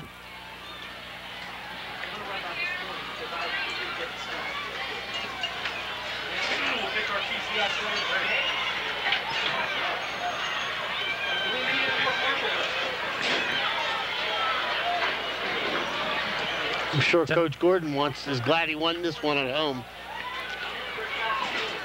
Tonight's game has been brought to you by the following underwriters. Northwood Realty Company, Better Homes and Gardens, located on Frankstown Road in Penn Hills. The only full-service realtor in the Penn Hills area. #1 in listing and sales in Penn Hills. Call Carol Bechtold, 795-2084 for your real estate needs. By Cavalier Coach, the largest conversion van outlet in the area. Cavalier Coach has over 60 vans in stock, Chevys, Fords, GMACs, and Dodges. Stop in and see Ron Casella, sales manager, and let him know you appreciated his support in the underwriting of the game. By Andy Perallo's Italian store, located in the Chestnut Plaza Shopping Center on Salzburg Road. Perallo's specializing in fresh-cut lunch meat and homemade sausages. Stop in and see Richard and tell him you appreciate his support in underwriting Penn Hills Big Red football broadcasts and receive a 10% discount on your order. By Biondi Lincoln Mercury, located on William Penn Highway, Monroeville. Call Louis Biondi at 856-1200. And by AZ Chevrolet, located on Frankstown Road in Penn Hills. AZ Chevrolet, where they treat you like one of the family. Stop in and tell them you appreciate the support in bringing you the Big Reds games, and take a look at that 1990 Chevrolet.